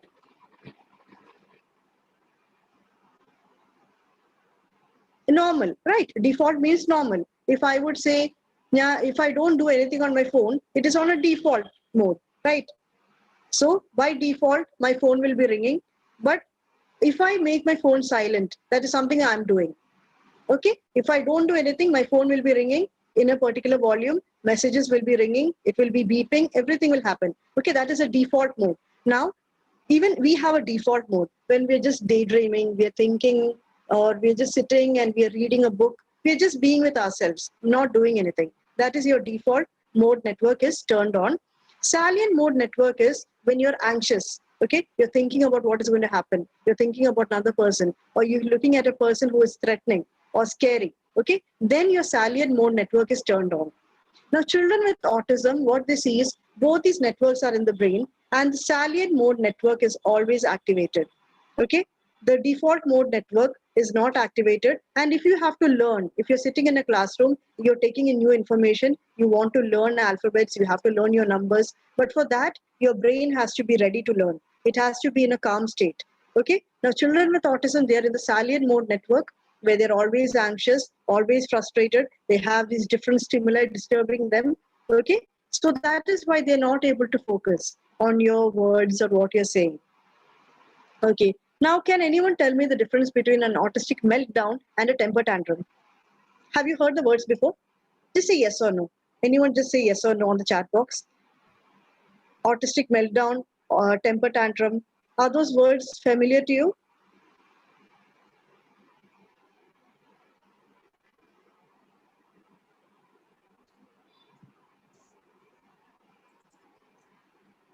I'm not, yeah, chat is there. Okay, so, temper tantrum is when we see a child just throwing a fit. Okay, the child is rolling on the ground, screaming, crying, and all that. We see it in malls, right? When we go to a shop, when a child asks you, "I want to buy, I want to buy a lollipop. I want to buy a chocolate." The parent says no. What happens? There's a quick crying, and the child is rolling and crying and screaming, and everybody's looking at the child. Okay. Now, the moment you hand that lollipop to the child, what happens? He is calm, he's happy. Okay, that is a temper tantrum. Okay, now autistic meltdown is very different. It looks the same. Okay, you see a child with autism hitting their head on the wall, crying, screaming, rolling on the ground, and throwing a fit. What happens in an autistic meltdown is that it is not in the control of the child. If you give him a lollipop, give him a song, give him a phone, or you switch on the laptop, nothing works because what the child is doing is not in his control. It's more like having a seizure. Okay, now why does it happen? The only thing you can do is move the child to a safe place in an autistic meltdown. Okay, because the child should not bang on something and get hurt. So you take him to a safe place, keep him there till the meltdown comes down. Talk to him in a soothing, calming way, and don't try to shout at him. Don't try to make him reason out. Don't do anything. Don't give any stimulus. Just let him be by himself. Dim the lights, turn down the sounds. Okay, if possible, turn off the fan. Let him be in a very low stimulatory state, and slowly he will come back. Okay, so that is what an autistic meltdown is. It is more like a seizure. You may feel that the child is throwing things, crying, and but it's all because of that sensory stimuli. The child is not able to take it in anymore. So what happens is either autistic meltdown happens, he loses it, he starts crying, and he makes a big scene. Okay. Otherwise, second thing that happens is he might freeze. You call him, you touch him, you talk to him, you hit his face, he does not respond. He is frozen. Okay. So that two things can happen when a child is overwhelmed. Either or meltdown can happen or a complete shutdown. Okay. So in both these states, you need to keep quiet, let the child come out of that state, and then you start talking. Okay. So that's very, very important. So how can you do this in a setting, or how can you talk to authorities to make malls autism friendly in terms of a meltdown and in terms of a temper tantrum? Come on, quickly, put it on the chat box.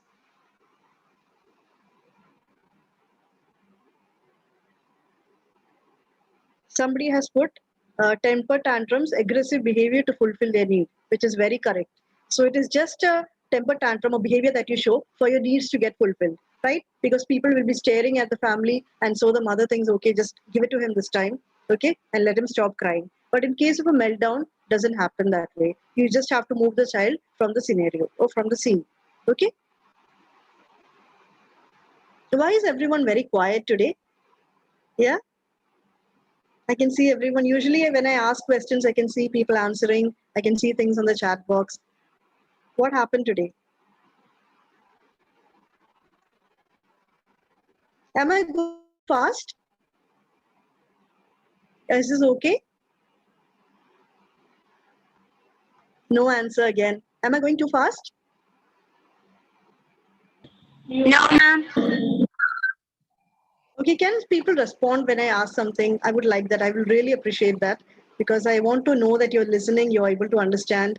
Okay, otherwise it's just talking to so many black tiles.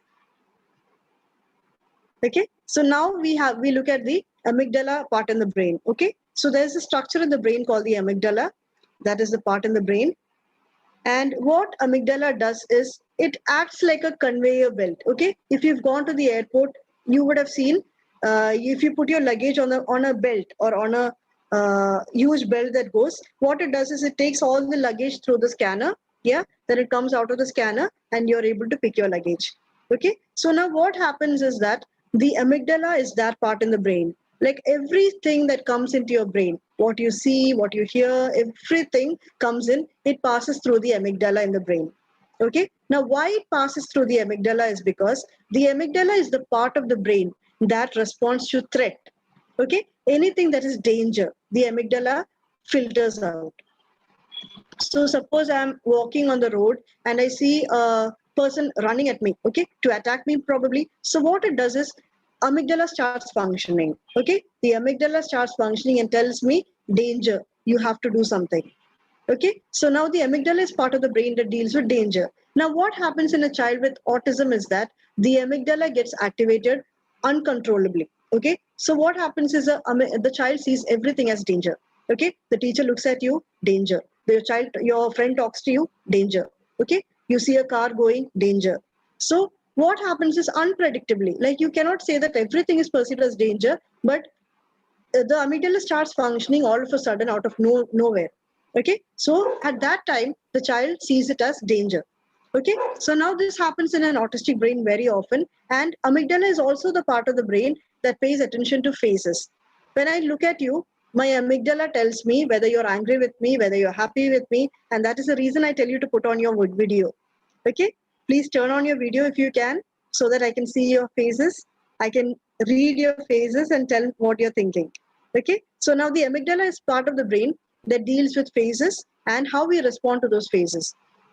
Now, when we know that when a child grows up, if the child sees a lot of faces looking angry, disapproving, okay, what happens to the autistic brain is that the autistic brain, again, Teresa Mole, ma'am, please mute yourself.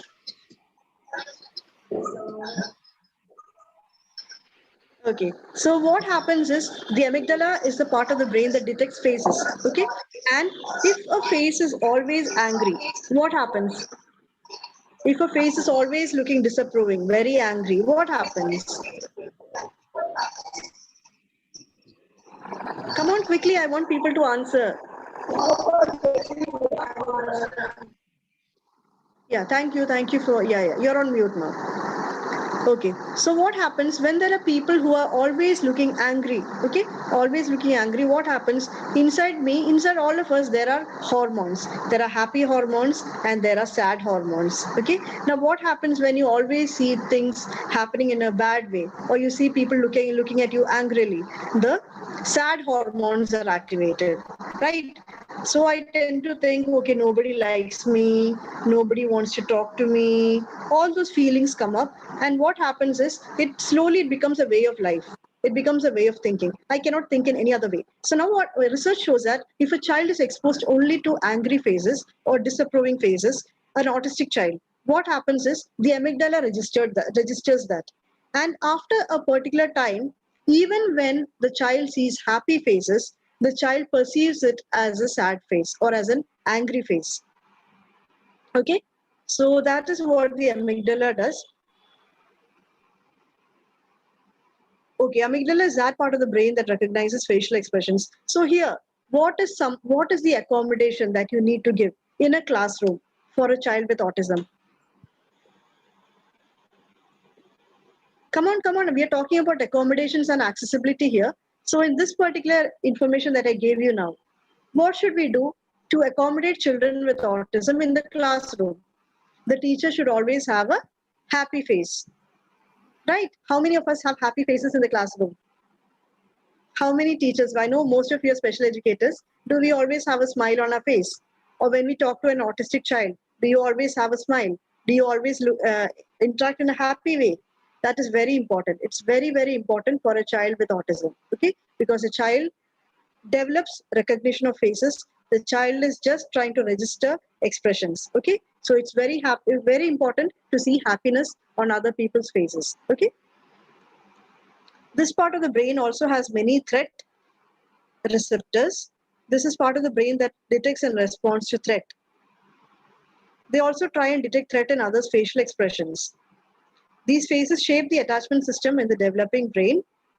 When we look at disapproving faces, the cortisol level goes up and brings about a stress response in the body. Now, the cortisol is the hormone that we do not want. Okay, the cortisol acts as a toxin to the brain. So, what is the function of cortisol is that when we are very stressed, okay, when we are in a highly stressed place, what happens is we need the cortisol hormone to bring us back to normal. Okay, but the cortisol is not good for the brain. I can see somebody has unmuted. Okay, thank you. Okay, so we do not want the cortisol hormone there. Okay, so when you have a bad experience, you are stressed. When you see that your teacher is angry with you, you're stressed. Okay, when you are stressed, the cortisol activates. The cortisol hormone comes up, and you have to return back to your original state.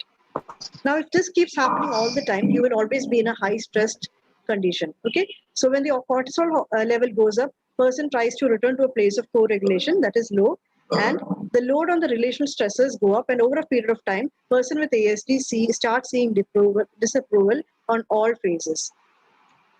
It results in lower self-worth. Okay, I start feeling low about myself. Okay, now oxytocin is the opposite of cortisol. When oxytocin is low, the amygdala is kindled and is in a dysregulated state. Okay, so the oxytocin is very important for us to feel loved and accepted. Okay, so can quickly somebody unmute and tell me, how would you accommodate a child with autism in the classroom? What is the facial expression that you need to have? Quick. Ma'am, happy face. You always need to have a happy face. I'm stressing on these points because I want you to take away something from the session and apply it in your classroom, okay, when you go back. Next, when a child with autism, another very, very important thing is a child with autism will not be able to differentiate between their emotions and your emotions. So if the teacher is angry, the child thinks he is angry. He's not able to differentiate between other people's emotions and his emotions. If you're happy, I think I'm happy. Okay, if you're sad, I think I'm sad. Okay, so what should you do? What kind of mood should you have in the classroom? What kind of expression should you have in the classroom? A happy and accepting, calm environment. Okay, slowly the child feels that the child is like a mirror. He feels that he is calm, but it is actually you who are calm. Okay. So this is where the cortisol hormone is produced. Cortisol turns off the stress response. Cortisol is one of the greatest toxins in the brain. As stress drains the child's fuel tank, the child starts to rely on adrenaline and to keep up, and this explains why a child can be hyper. Okay, this is definitely the kind of behavior that you do not want. The part of the brain that has self-control shuts down when they become stressed. Okay, now you want the child to be controlled, you want the child to be very much self-controlled, but when the part of the brain that deals with stress control is shut down, they're not able to control their impulses. They start flapping, they start rolling, they start screaming. Okay, so that is what happens because the cortisol level has gone up. Now oxytocin is called the love hormone. Okay, when a mother holds a baby, we know they have done a lot of studies that show that the mother's oxytocin level and the baby's oxytocin level goes up. Okay, now that's a very good hormone to have, and that is what determines the attachment you have with your family, with your friends, with the community. So oxytocin is very, very important in the ASD brain. Now what happens in the autistic brain is that there is a defect in oxytocin. Okay, deficiency in oxytocin impacts hippocampus and new learning. So the child is not able to learn. So in the classroom, again, accommodation, I'm talking about accessibility accommodation. What do you have to do to let the child learn new information? You need to have an attachment with the child. You need to have an acceptance with the child. And that is when oxytocin is produced and the child is able to learn or take in new information. Okay? Oxytocin and autism. Individuals with autism are less intrinsically rewarded by social stimuli than their neurotypical peers. Okay? So a normal child, he brings you something or he does something good. What do you immediately do? Wow, you're a good boy. Well done. Okay? So that stimulates oxytocin. The child is able to learn better. Now, a child with autism, he is not able to act how the community expects him to act, right? He might do a lot of things that are not acceptable. So do you clap and say, good, well done? No. So now when that appreciation is not given, what happens is the brain does not produce oxytocin. Okay? So when oxytocin is low, what happens? The child is not able to learn. Okay? So decreased level of oxytocin in the brain is always there in the child of autism. Okay? New levels of reward benefit, that is dopamine, also have low levels of oxytocin. Oxytocin decreases amygdala responses to fearful scenes and faces. Now again, it's very much interconnected. Okay? Low oxytocin means what? The amygdala is activated, right? When the amygdala is activated, what happens? Everything is seen as danger or everything is seen as a threat. Okay? Or even the faces, even the happy faces are seen as a threat. Okay, so all these things are interconnected. What the amygdala does, what oxytocin does, what cortisol does, everything is very much interconnected, and the child perceives the world to be a dangerous place. Okay, so in our accommodation, when we talk about accessibility, what we need to do is we need to have a warm and we need to have a very accepting environment. We need to take control of our own stress. Okay, many times when the teacher enters the classroom, she is stressed. Okay, and that stress is picked up by the children, which we do not want. Because then the cortisol level goes out of control and the child starts acting up, the child has a meltdown, all that happens. Okay? Now, oxytocin and cortisol are linked to each other. They have a proportionate relationship. When the oxytocin, that is a good hormone, goes up, the cortisol automatically comes down. Now, when the cortisol goes up, the oxytocin comes down. We always want the oxytocin to be high. For that, you need to have a warm and very appreciative environment in the classroom. Next is the cingulate gyrus. So what about the cingulate gyrus?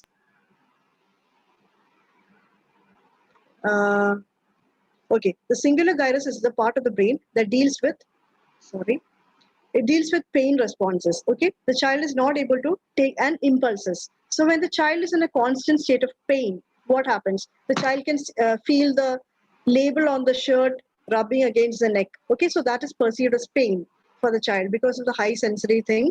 And also the child is walking on a floor. Okay, the child is walking, and if there is a carpet or if there are fluffy things on the floor, again it's perceived as pain. So when your pain sensation goes higher, will you be able to learn anything? No, you will be preoccupied with the pain so much that you do not pay attention to relationships, you do not pay attention to attachments. So that is what happens in the brain of an autistic child. Okay, there is always a highly painful response. Even the things that they hear, the sounds they hear is painful to the ear. The things that they see are almost poking into their eyes. Okay, so there is so much pain involved, and so what happens is child is not ready to learn. The child is not ready to interact with the environment. Okay, so we need to take care of these things in the environment, and that is how we increase the accessibility of a child. Okay, we need to lower the lights, we need to keep the volume at a minimum to help the child overcome all these other things before you start teaching the child.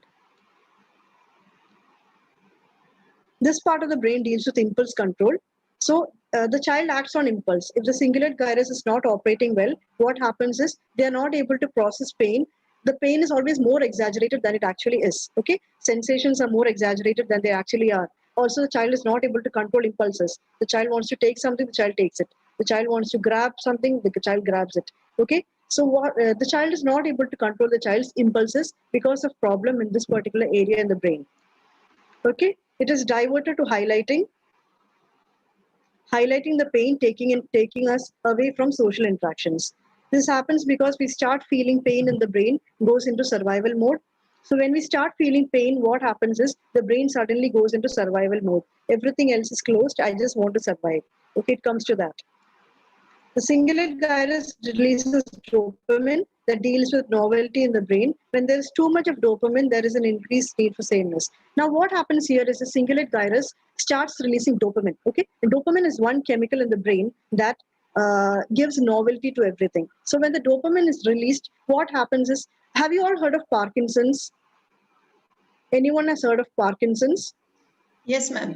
Yes. So what happens in Parkinson's? We know about the Parkinson's disease. It's got to do more with the dopamine, right? It's got to do with dopamine. And what do people with Parkinson's do?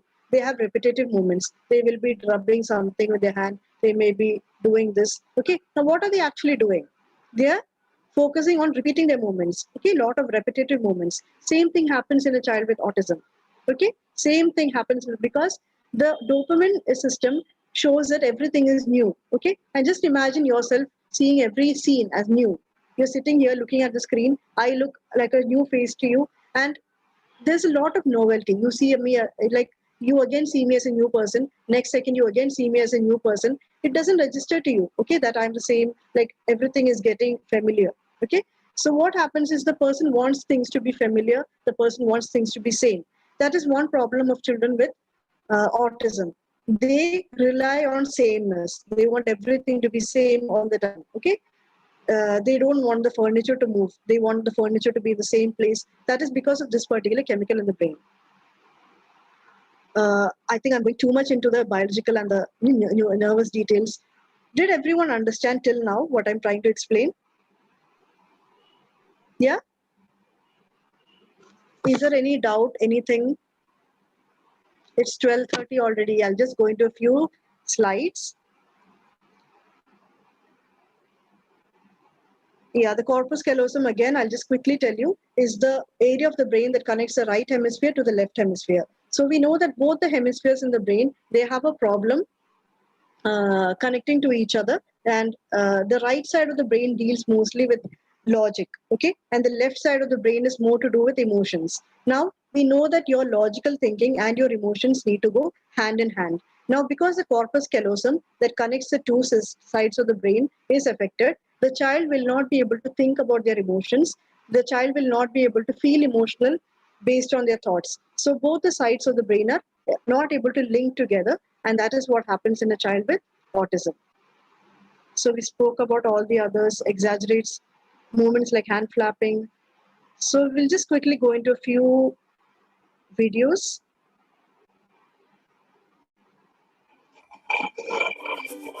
There's a new theme park, okay, in USA that has people, all the staff there are sensitized to autism and they know how to deal with children with autism. And every 2 years, they have to write a written test to make sure that they understand children on the autism spectrum, okay? So this is a theme park, especially for them in the USA.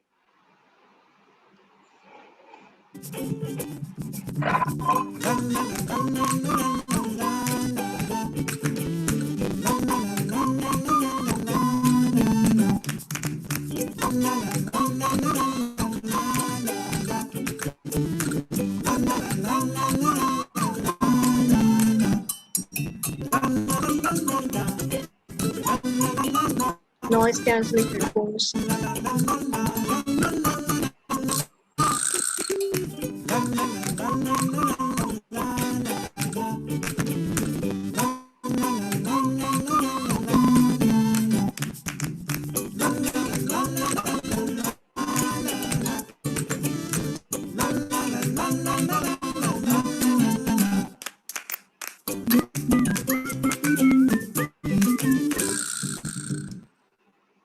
Okay, so now this is just another video. This is a mall. Okay, this is a mall, and it's again abroad. And what they have done is they make sure that people with autism are able to shop here in a more autism-friendly environment where the lights are turned low, and where there's very little disruption that happens. Okay, let's look into the details.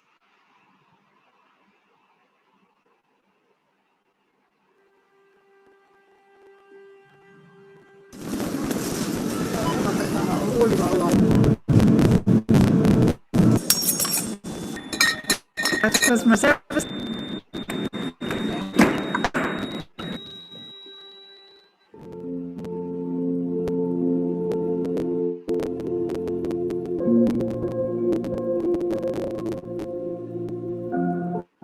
I'm Lizanna, and I'm a mother to the most wonderful. The situation just going to find quite difficult, and what would happen to Ivan is he would experience anxiety. Okay, now because we don't have time, I'll just quickly move on. Okay, I think I've already crossed my time. Okay, and how many of you have shopped in Big Bazaar? We have a lot of Big Bazaar outlets in India. I think more than 200. In Ernakulam itself, I've seen 3 Big Bazaar outlets, and they have developed a new idea called the quiet hour. Okay, so once a week they have a quiet hour where people with autism can shop in a friendly way. Okay, for 1 hour a week, the opening hours at 23 Big Bazaar stores across India designated quiet hours for people with autism and other developmental disorders and their family members, caregivers, to enjoy a sensory-friendly shopping experience. They have dimmed lights at that particular hour. They have reduced trolley movements. Seating area is good. No announcements are made. Sensitized staff. No cash machine sounds. And this is another sensitive. I spoke about this some time ago. It's a museum in Melbourne, Australia, where the areas that are marked in blue are the low sensory areas, and the other one is the high sensory areas, the marked in pink. So if you have a person with autism with you, you know where to take them and where not to take them. Okay. Okay, so we come to the end of the presentation. I would like to say that people on the spectrum are the music, and we just need to know how to listen. So with that, I end my presentation. Any doubts, anything? So basically, I want you to take what I want you to take away is that the accommodations that we need to make inside the classroom, which I'm sure that all special educators would be knowing by now. And also, I just wanted to make you, sensitize you to what happens inside the brain of an autistic person and how you can talk to authorities. Slowly, we need to start going into malls and we need to start sensitizing the public on how we can help people with autism. Okay, so these are some of the small steps that we can take to educate the public on what are the accommodations to be provided for people with autism. Okay, any doubts so far? Anything that you want to discuss? Very informative class. Thank you. So Merlin is an inclusive class helpful for an autistic child, or does it add to the chaos? Can you repeat it? Is an inclusive class. I'm not able to hear Is an you. inclusive classroom? Yes. Is an inclusive classroom helpful for an autistic child, or does it add to the chaos? Actually, a class, when you say an inclusive class or when you have children with autism in the class, the teacher must be sensitive to the needs of the autistic child. Okay, the teacher must have an assessment report of the child to see what triggers an emotional response and how the child learns, the learning style of the child. So in that case, I would say it would not add to the chaos if the teacher is careful.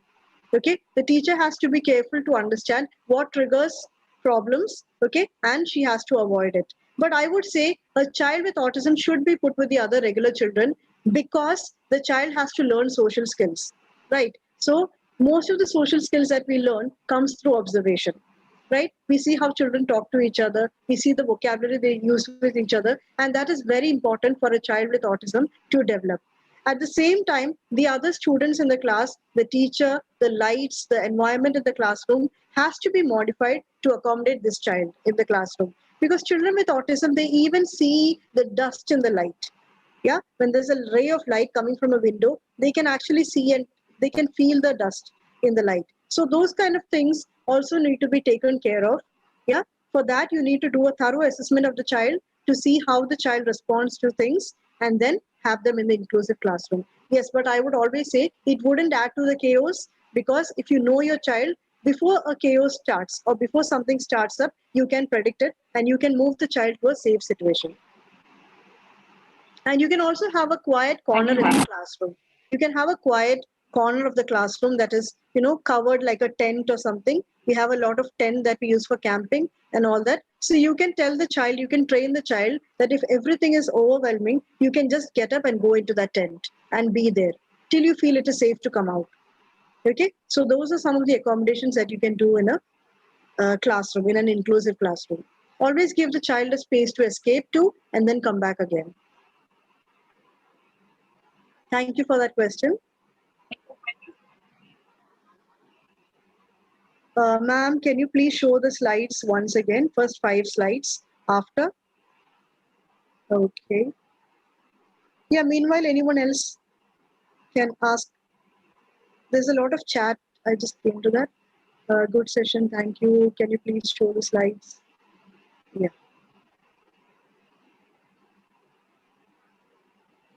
Is Bobby ma'am here? I hope I'm not crossing the time. Can I have 5 more minutes? 5 more minutes, that's all we have.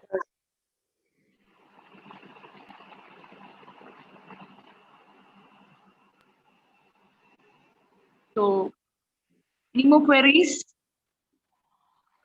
Okay, are these slides the one you asked for?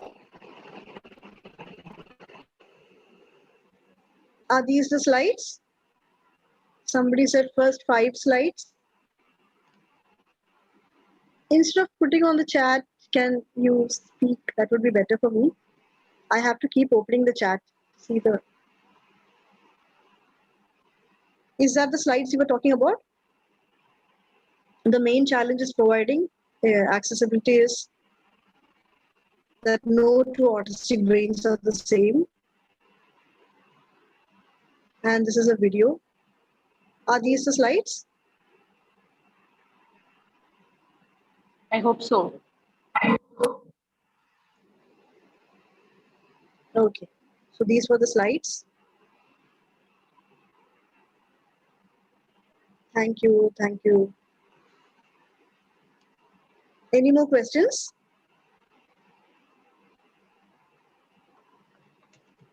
So by the end of the session, I think all of you would be able to appreciate what a person with autism goes through on a daily basis. Okay. If you don't understand that, all the accessibility, all the accommodations would be nothing. Okay. So only if you understand things from the autistic person's perspective, you will be able to help the child. Oh yes, I forgot to mention that. One more thing in accessibility is, please share PowerPoint. Yes, I will. I will share it with the organizers after the session. Thank you. Yeah, one more thing is alternative augmentative communication, okay, which is very, very important because we know a lot of children with autism, they are non-verbal. They will not speak at all, but they're able to understand everything. They have a good vocabulary, but they will not speak. If you speak, I was like associated with the communication deal project in Bangalore, and there we had an autistic person called Tito. Okay, so Tito was telling that when he was a small child, the therapist used to keep on telling him, asking him questions, and keep on repeating the same thing again and again and again. And he was finally so irritated. What he did is he took the tab, or he took the typewriter thing, and he was typing on that. He said, "I'm not dumb. I can understand you." That is what he typed. So we know that children with autism, they understand everything you're saying. They're able to take in information, but non-verbal autistics will not speak. They will not tell you anything. Okay. So what we need to do, another thing for accommodation is we need to sensitize the public on AACs. Okay. The child might be able to carrying an AAC device with him and point to the things that he wants from the shop or point to the questions that he wants to ask. Okay. And the other person should be patient enough to listen and answer these questions. Okay, they're called alternative augmentative communication systems, and I think the general public need to be aware of it also. So when it comes to autism, the main thing is educating the public. There's nothing else that you can do. It's only educating the public and accommodating your facial features, controlling yourself, controlling the environment of the child in the classroom, and all those things. Thank you. Thank you so much. All your words mean a lot to me. I'm so happy that all of you are positively responding. Thank you very much. Yes. So we've come to the end of the presentation.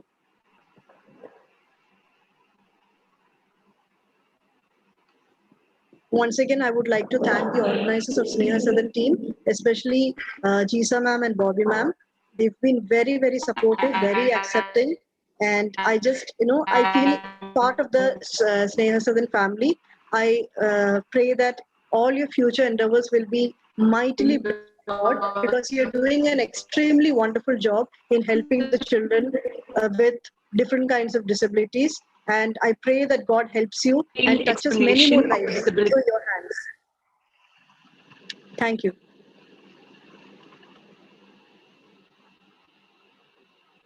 All the very best to all of you.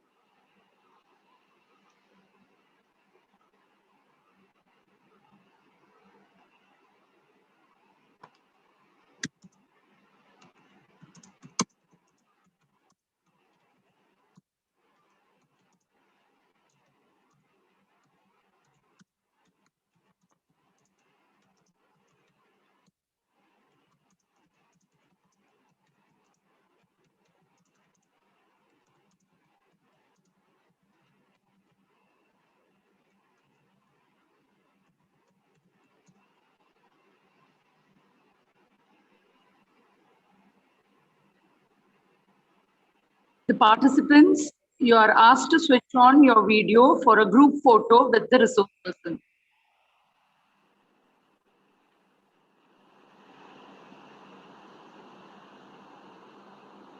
Participants,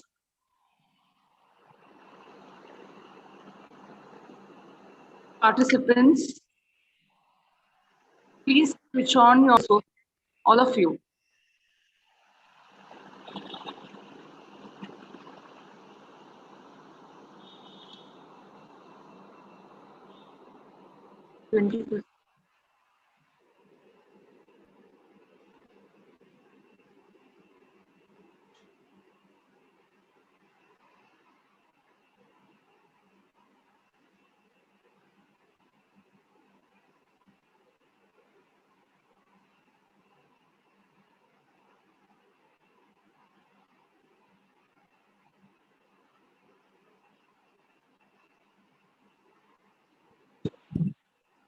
Easily fill the Google form, redeem your CRE form.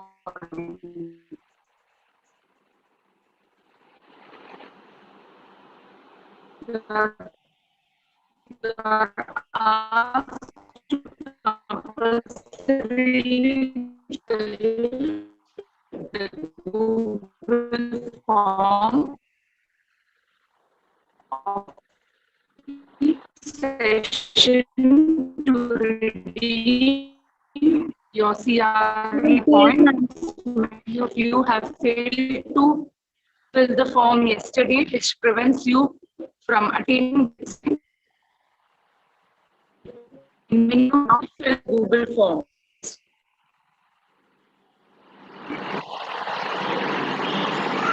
Thank you, ma'am. We will be joining at 1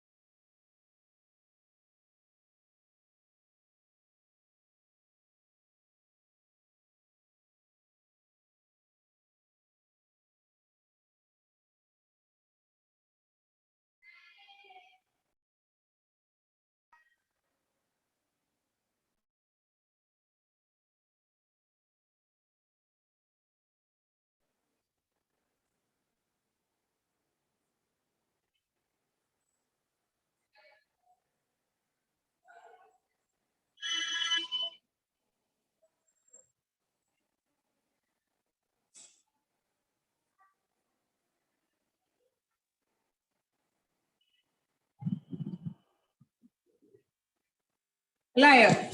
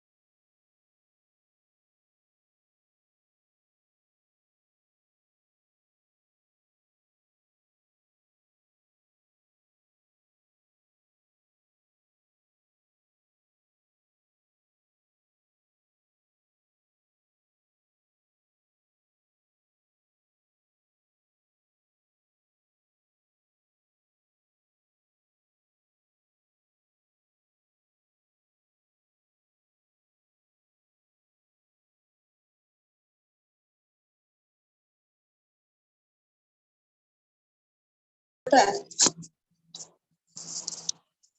ഞാൻ പോണേ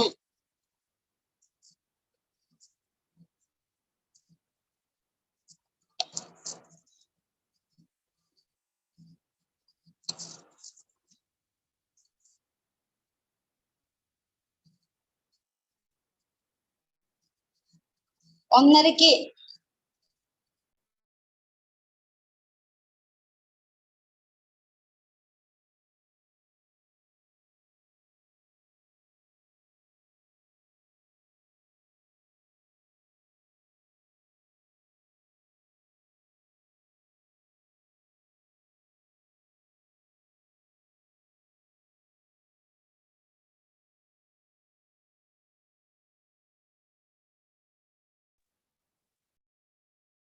നമ്മുടെ photo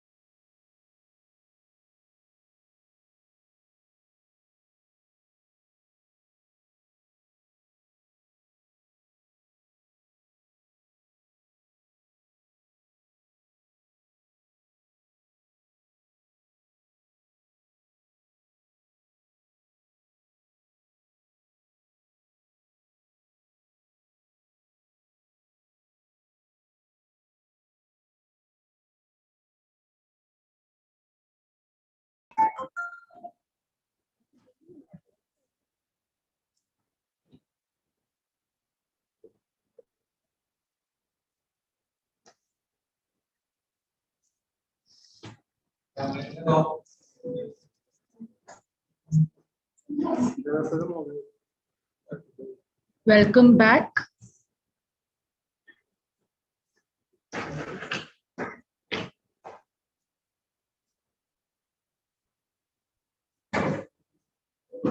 Welcome back. A very good afternoon to you all. I consider it an honor to welcome a distinguished, multifaceted personality, Ms. Geeta Gopi, rehabilitation practitioner and consultant, research scholar. She's the Director of Programs and Professional Development, Sashakti Trust, Cochin. She has the distinct expertise of working and promoting the best educational practices in inclusive settings in India as well as abroad, an apt resource person to deal with curriculum adaptations for children with learning disabilities. Hearty welcome, ma'am. I hope I'm audible. Yes, ma'am, you are audible. Also. Okay. I have a bad throat, so if I sound awful, please pardon me. Okay, I'll try my best. So a warm good afternoon to all the participants, the organizers, and thank you, Sneha Sadan, for giving me this honor of presenting this session. And I really look forward to share whatever little I know about this field, because it's such a huge field, and all of us are learners in this process. So I will share whatever I have known, what I have experienced, and what I feel is possible to be implemented in our settings. So shall I just go on to share screen? Yes, ma'am.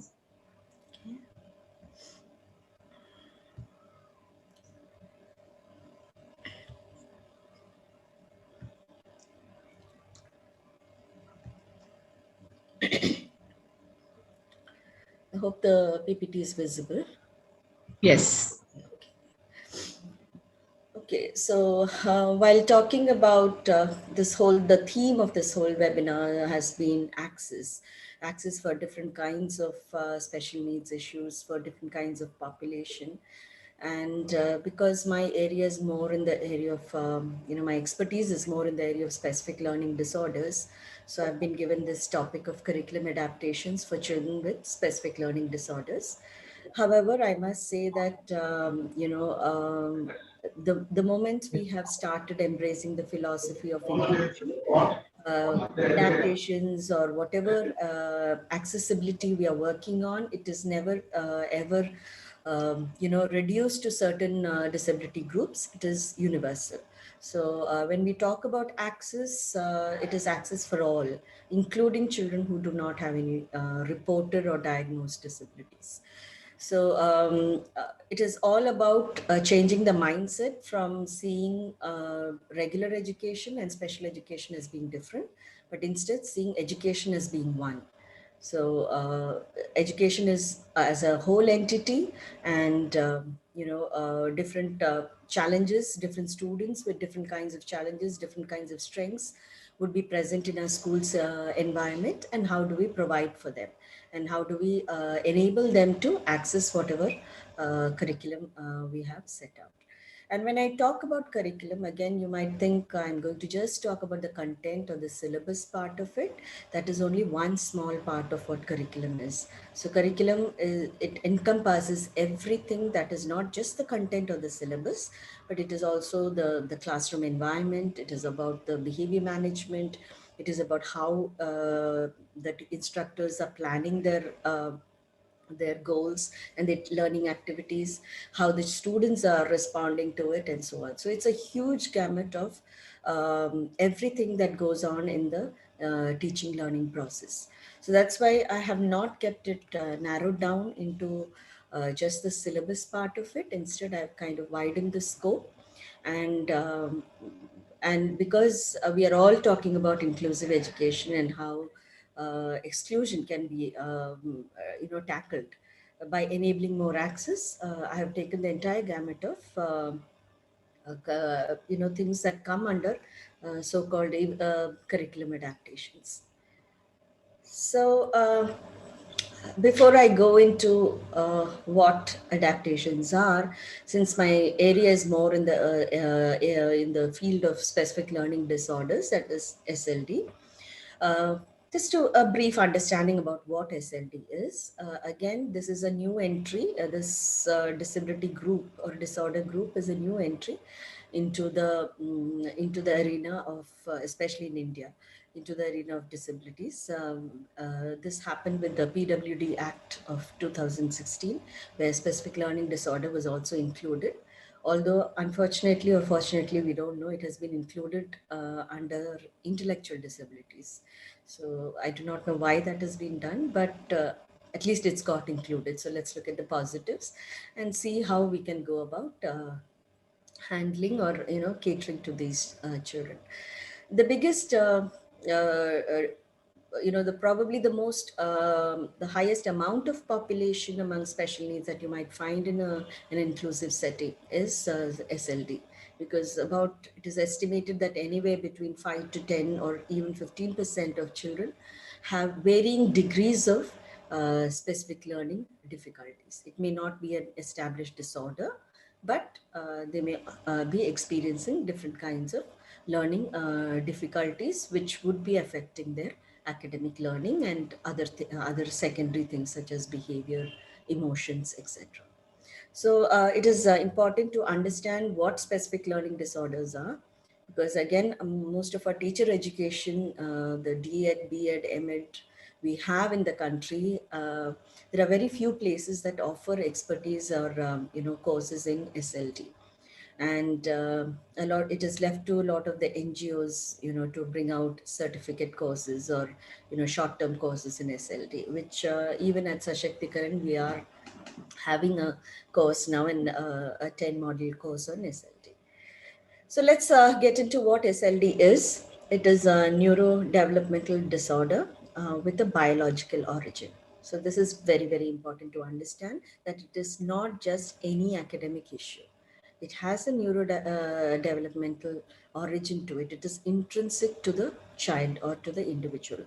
It is not something that is external and can be just tackled with some, external teaching strategies. So if it is intrinsic and it is neurodevelopmental, then you have to understand that it will remain with them throughout their life. The degree, the intensity, the severity would reduce definitely with intervention, the right kind of intervention, and they can be, become successful individuals in their areas of strengths and interests. But this SLD issue is not going to go away. So that is something that is very, very important to understand, not just with educators, even with the parent community. Schools, parents, and teachers, all three need to understand that it is a neurodevelopmental disorder, which might need support in some ways or the other throughout life, and at least in some areas which are their really weak areas, they may continue to need support throughout life. So what does SLD, what happens when a child has, specific learning disorders? They have difficulties in one or more of the basic processes that are involved in understanding or using verbal, that is spoken, or non-verbal, that is written or body gestural language. So it is an information processing glitch or a snag in the information processing of the child, which makes it difficult for the child to understand, process, and then respond to spoken or written language. And what happens is, because of this underlying information processing difficulty, it manifests as an imperfectibility, or not, again, it is not as pronounced as in certain other special needs groups such as autism spectrum or intellectual disabilities, etc., because in those cases it is very visible. The special needs issues, the challenges that the children have is very visible. So people tend to understand, yes, they have a problem. But with children with SLD, it is not as easily visible, So it is often known as an invisible disability or a hidden handicap, as it used to be called earlier. And because of that, but what happens is they have a difficulty in listening skills, in thinking and processing what's going on in the classroom, in speaking. Again, when I say speak, you might question me saying, SLD children can speak very well. They're not like the other kids. Yeah, the functional speaking is fine. But if you ask them to speak on a topic, or if you ask them to, if they've traveled, or they've gone for a tour for the weekend, and you ask them to relate that experience, if they have to speak for a while on a topic, yes, they have difficulties in those areas. And with all these ultimately affect their performance in the school setting. Definitely what we commonly know, reading difficulties, writing, spelling, and performing mathematical operations or mathematical, not just calculations, even the concepts that underlie math. So many of us think it is the 3 R's that is involved in SLD, read, write, arithmetic, but it's not just the 3 R's. The 3 R's are just the tip of the iceberg. That is what is visible in the classroom. But what is not visible is they do have difficulties with listening skills, with thinking and processing the information that is being given out. They also may have difficulty in expressing skills, either through speaking at length on a topic, reading and understanding what they're reading. And if they have problems with reading, definitely they'll have difficulties in writing as well, because if your thought process or if your information processing is not right, then obviously you cannot communicate that through writing. And if the reading is impaired, definitely spelling is also impaired. So all these are very closely connected. And performing mathematical calculations. And why I am saying this again and again is, in SLD, we assume that if a child is, still have this unfortunate ways of diagnosing the child as having dyslexia or dysgraphia, dyscalculia. We try to put them in boxes, but many children with SLD cannot be boxed like that. If they have dyslexia, it will be right area. It will have spilling over. It has already a spilling effect in the thinking and processing and comprehension area. So therefore, it will also have a child with dyslexia will also have trouble with math. So why I'm saying this is, when you think of the teaching learning process, when you think of remediation, you need to understand that just because the child has been diagnosed with dyslexia, it doesn't mean that the child does not need math intervention. They may be slightly better at math than language, but they will definitely need help in that area as well. Because the underlying processes are the ability to think, logically reason out, memory, and all these are common to no matter what subject area you take, whether it is language, science, social studies, maths, etc. Excuse me. So therefore, this condition, which is very invisible and which not many people understand, although now, thankfully, with a lot of awareness programs, more and more people are understanding what SLD is and what are the difficulties these children encounter. But because of its invisibility, they tend to somehow receive much more negative feedback in school, and or regarding their schoolwork. And this negative feedbacks comes from the teaching community, from the school management, from the parents, from the peers, etc. Because unlike other disabilities, the invisibility causes people to assume that these children do not have any issues, and therefore they're either playing up, or they are just not interested, they're just lazy. I mean, these are the commonly attributed adjectives to children with SLD. And therefore, they receive much less of understanding, empathy, and support from all the stakeholders, whether it's the parents, the peers, the teachers, etc. Whereas with the other special needs groups, because of the visibility, there is a greater empathy to feel for them and to provide for them. Whereas with SLD, that is not there, and therefore many of these issues go unaddressed, especially in the early years. Just to go about a bit about the features of SLD, what exactly, how is it distinct and different from the other special needs issues? One of the big pluses is most of these children, almost all these children fall into the average, above average, or near average, that is close to average intellectual functioning. So the general intelligence part of it is pretty much in the average, above average, or close to average range, which means they have a lot of potential to move up along the mainstream schooling and become successful adults later on in life.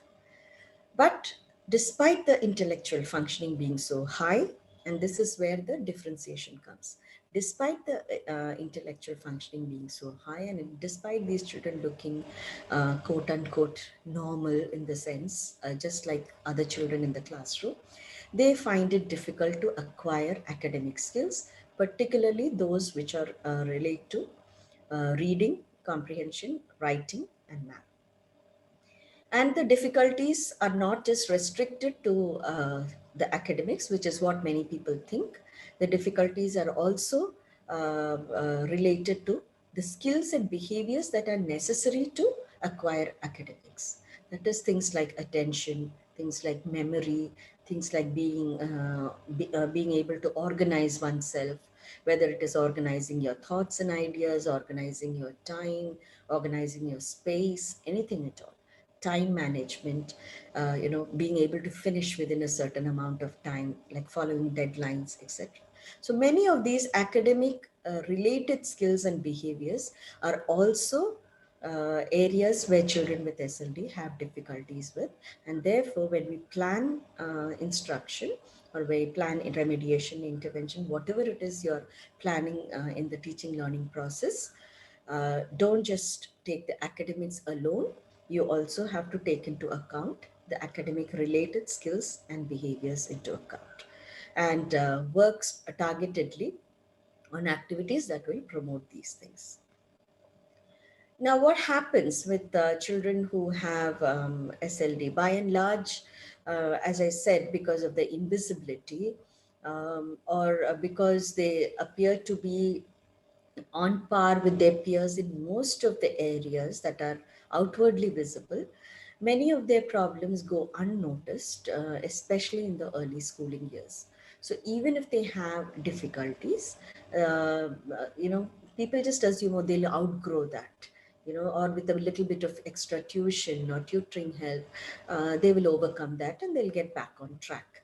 So it is seen more as just not as a neurodevelopmental disorder, which is intrinsic, but it is seen more as an external academic skill deficit where, with a bit of extra help, they will catch on. And unfortunately, this doesn't happen because the right kind of intervention is really important, and especially in the early years. To identify these in the early years and start with, the right kind of support systems in the early schooling years is very, very crucial, very important if they have to stay in the mainstream schooling and be successful in the mainstream schooling. Now, because of these issues, we find that if many of these children, especially in the early formative years of schooling, their issues don't get addressed or noticed, or the right kind of help is not provided. And therefore, they end up having secondary issues such as emotional issues or behavioral issues. And if these if these problems are left unaddressed, as they grow up, you find more and more emotional issues cropping up, like very so low self-esteem, feeling of helplessness, like they are not able to do it, so they give up very easily. They don't even want to try after some time because of the struggle or the support, the lack of support that they get. Anxiety when it comes to doing academic related tasks. And when it goes to a very high extent, yes, absolute fear of, say, reading, or fear of appearing for exams, fear of speaking up in front of the classroom, and so on. So a lot of these emotional issues become the secondary characteristics that are associated with SLD if the right kind of help is not given at the right kind of time, especially in the early years. In addition to this, although it is not very pronounced, but again, children with SLD may also have other issues such as motor coordination difficulties. Again, functional, functional, like I said, functional speaking is not very impaired, but they may have difficulty holding a conversation on a topic. The same way, motor coordination also, functional motor coordination may not be a big issue, but they may you may see that they're very clumsy. They may have a tendency to drop things most of the time. If they're keeping things on a table, they drop it hard instead of placing it gently. So minor motor coordination issues relating to balance, overall, bilateral coordination of the body, that is using right and left side of the body equally with equal adeptness is seen. They may also have speech and language issues. Again, not a major issue as is with other disability conditions, but they may have issues like pronunciation issues. Misarticulations are very seen in a lot of children, so they have trouble in listening to and grasping and producing similar kind of sounds. They may substitute sounds. Hello, am I audible? Hello?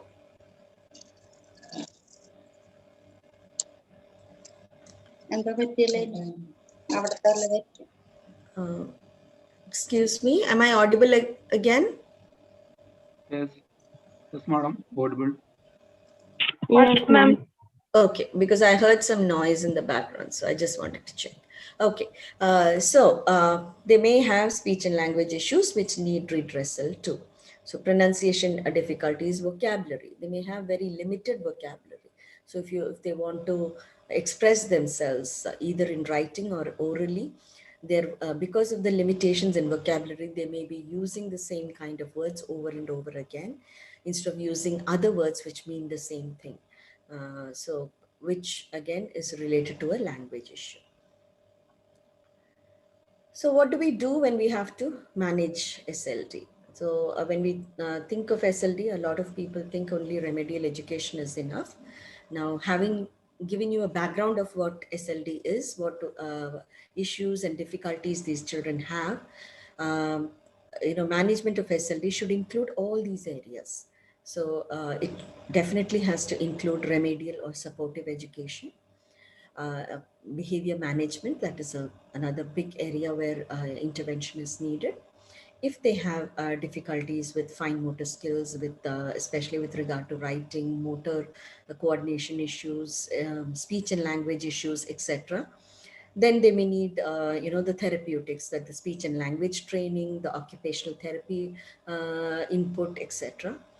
Counseling and guidance to deal with a lot of their emotional issues or behavioral issues many of these children may require, and not only the children but even parents and the teachers who are involved with the child may also need counseling and guidance in how to go about tackling their difficulties and how to help support them better.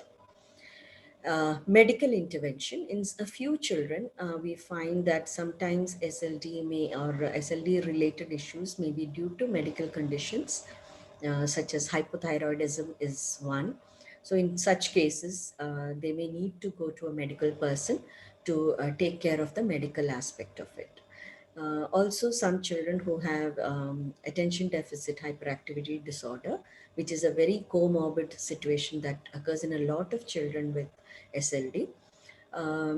Some children may manage with behavior management, but there may be some children who actually need medication along with behavior management and other support systems to help them cope with their ADHD. So management will involve a lot of these things if it has to be a holistic management of children who have these conditions. Now, why do you think children with SLD need an access to the curriculum? What if we do not give them access? Because with a lot of these children, despite having such high potential, many of them tend to drop out of school, particularly in high school, or they may drop out of, soon after secondary education. So if you give them the right kind of access, it helps to prevent the rate of school dropout. And instead of curtailing their academic achievements, it leads to enhanced achievements and to realize their full potential.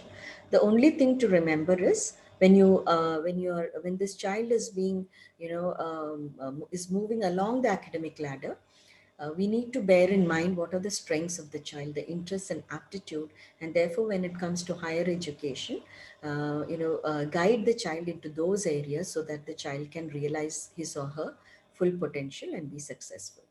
And if they have, if there are lower school dropout rates and better academic achievements, then it helps them to secure better jobs and better income, which again is very important because many of these children, as I said, they have very good intellectual functioning.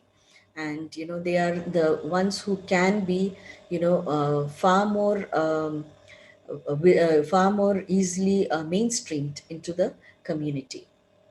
Because the problems they have are there, but those can be ameliorated and they can be absorbed into the community to become just like any of us. So it helps them to secure better jobs and income, and when all these things happen, it results in better overall mental health. The emotional issues are minimized, the psychological makeup of the child is better, the children grow up to be more confident individuals, more productive individuals. That gives a huge boost to their self-esteem. So the overall mental health improves, which we do find there is considerable research that shows that children with SLD are more prone to having mental health issues such as depression, etc., later on in life. If their problems are not addressed early on, and if they do not grow up to be fully rounded, emotionally stable individuals. So again, all these things result in better overall mental health, and it paves way to raising independent, successful adults who can contribute positively to the society. So, this is why we need to really give them access to the curriculum and to access to the mainstream schooling, and give them access as early on so that they can be mainstreamed as early as possible, and they can be grow up to become contributing, successful and positive minded and very independent adults in the community. Now coming to today's area, this is all these things that I talked about SLD was just setting the stage for what is to come. That is when we talk about today's topic, curriculum adaptation. Now, curriculum adaptation is not a one-time process. It is an ongoing process. So and it is a dynamic process that needs to be reviewed, revised as you go along. So it is not like, okay, you have assessed the child, you have done this, you've set a report, and then there is, you've made these changes to the curriculum and it goes on. It doesn't happen like that. So it is an ongoing dynamic process, and it changes with time. So it has to be reviewed, preferably every year, to better help and support the child who has SLD. And what it involves is, it is a process that involves modifying the existing curriculum, that is the syllabus, the content, the way you impart education, all the learning strategies, the tasks, the physical environment, etc. And then how do you accommodate the diverse needs of learners with different kinds of abilities and challenges. So the diversity that is there in the classroom, and not just with SLD, but even with other special needs, and even in the regular so-called regular students, there is considerable amount of diversity. So all these need to be accommodated when you talk about curriculum adaptation. So why do we have a need to adapt curriculum? That's because today's learning environments are more diverse than ever.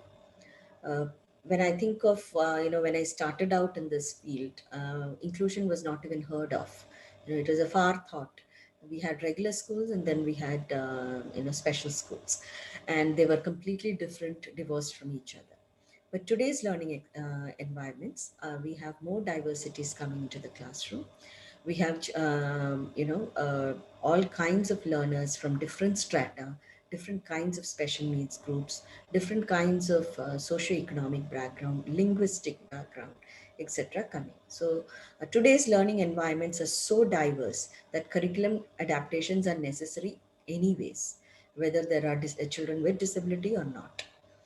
And what does diversity include? It includes ethnicity, that is, race, community, etc., culture, people coming from different cultures, from different socio-economic background, native languages that they speak, their mother tongue may be different, gender, etc. So much of diversity is already there, even in the so-called regular population. And then you have the other population who learns differently from the majority of students. That is, you have children who have special needs or established disability, and even students who are gifted, or the very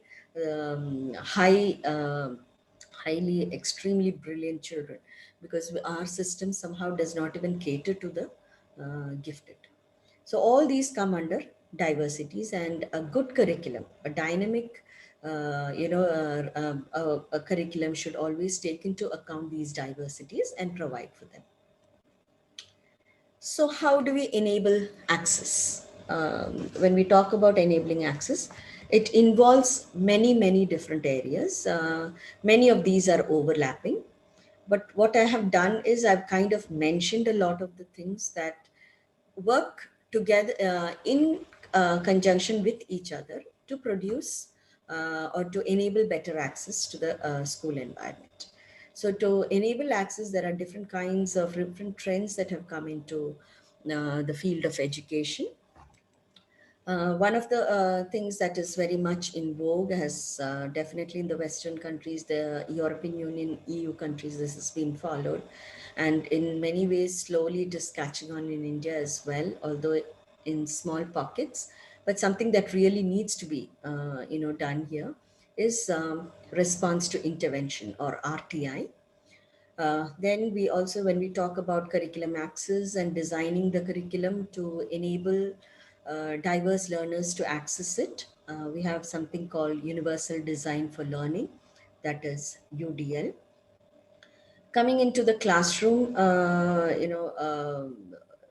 both RTI and Universal Design for Learning is more like a wider umbrella which takes into account the entire school environment. But when you come more into the classroom situation, into the smaller confines of the four walls of your classroom, things that actually, which follows the response to intervention and the UDL principles and enables you to put it into practice in the classroom. Some of these are differentiated instruction, which is called DI, VAKT approach, which I think many of you are familiar with. If you've done special education, if you're a qualified special educator, definitely VAKT is very familiar with you. Which involves the multi-sensory or the multi-learning modality in your teaching learning process. We also have to implement something called cross-curriculum teaching or learning within the classroom. And then last but not the least, again, this is another common term used, accommodations and modifications. So all these put together. Now, don't think that these are again separate boxes. They are not. They are all part of a wide framework, and they all feed into each other. So when I explain each of these, I'm going to explain each of these in detail and how they work within the classroom, in the school environment, or the classroom situation. You have to understand there may be a lot of overlap, or there may be a lot of repetition, and you might think, oh, these things are very similar.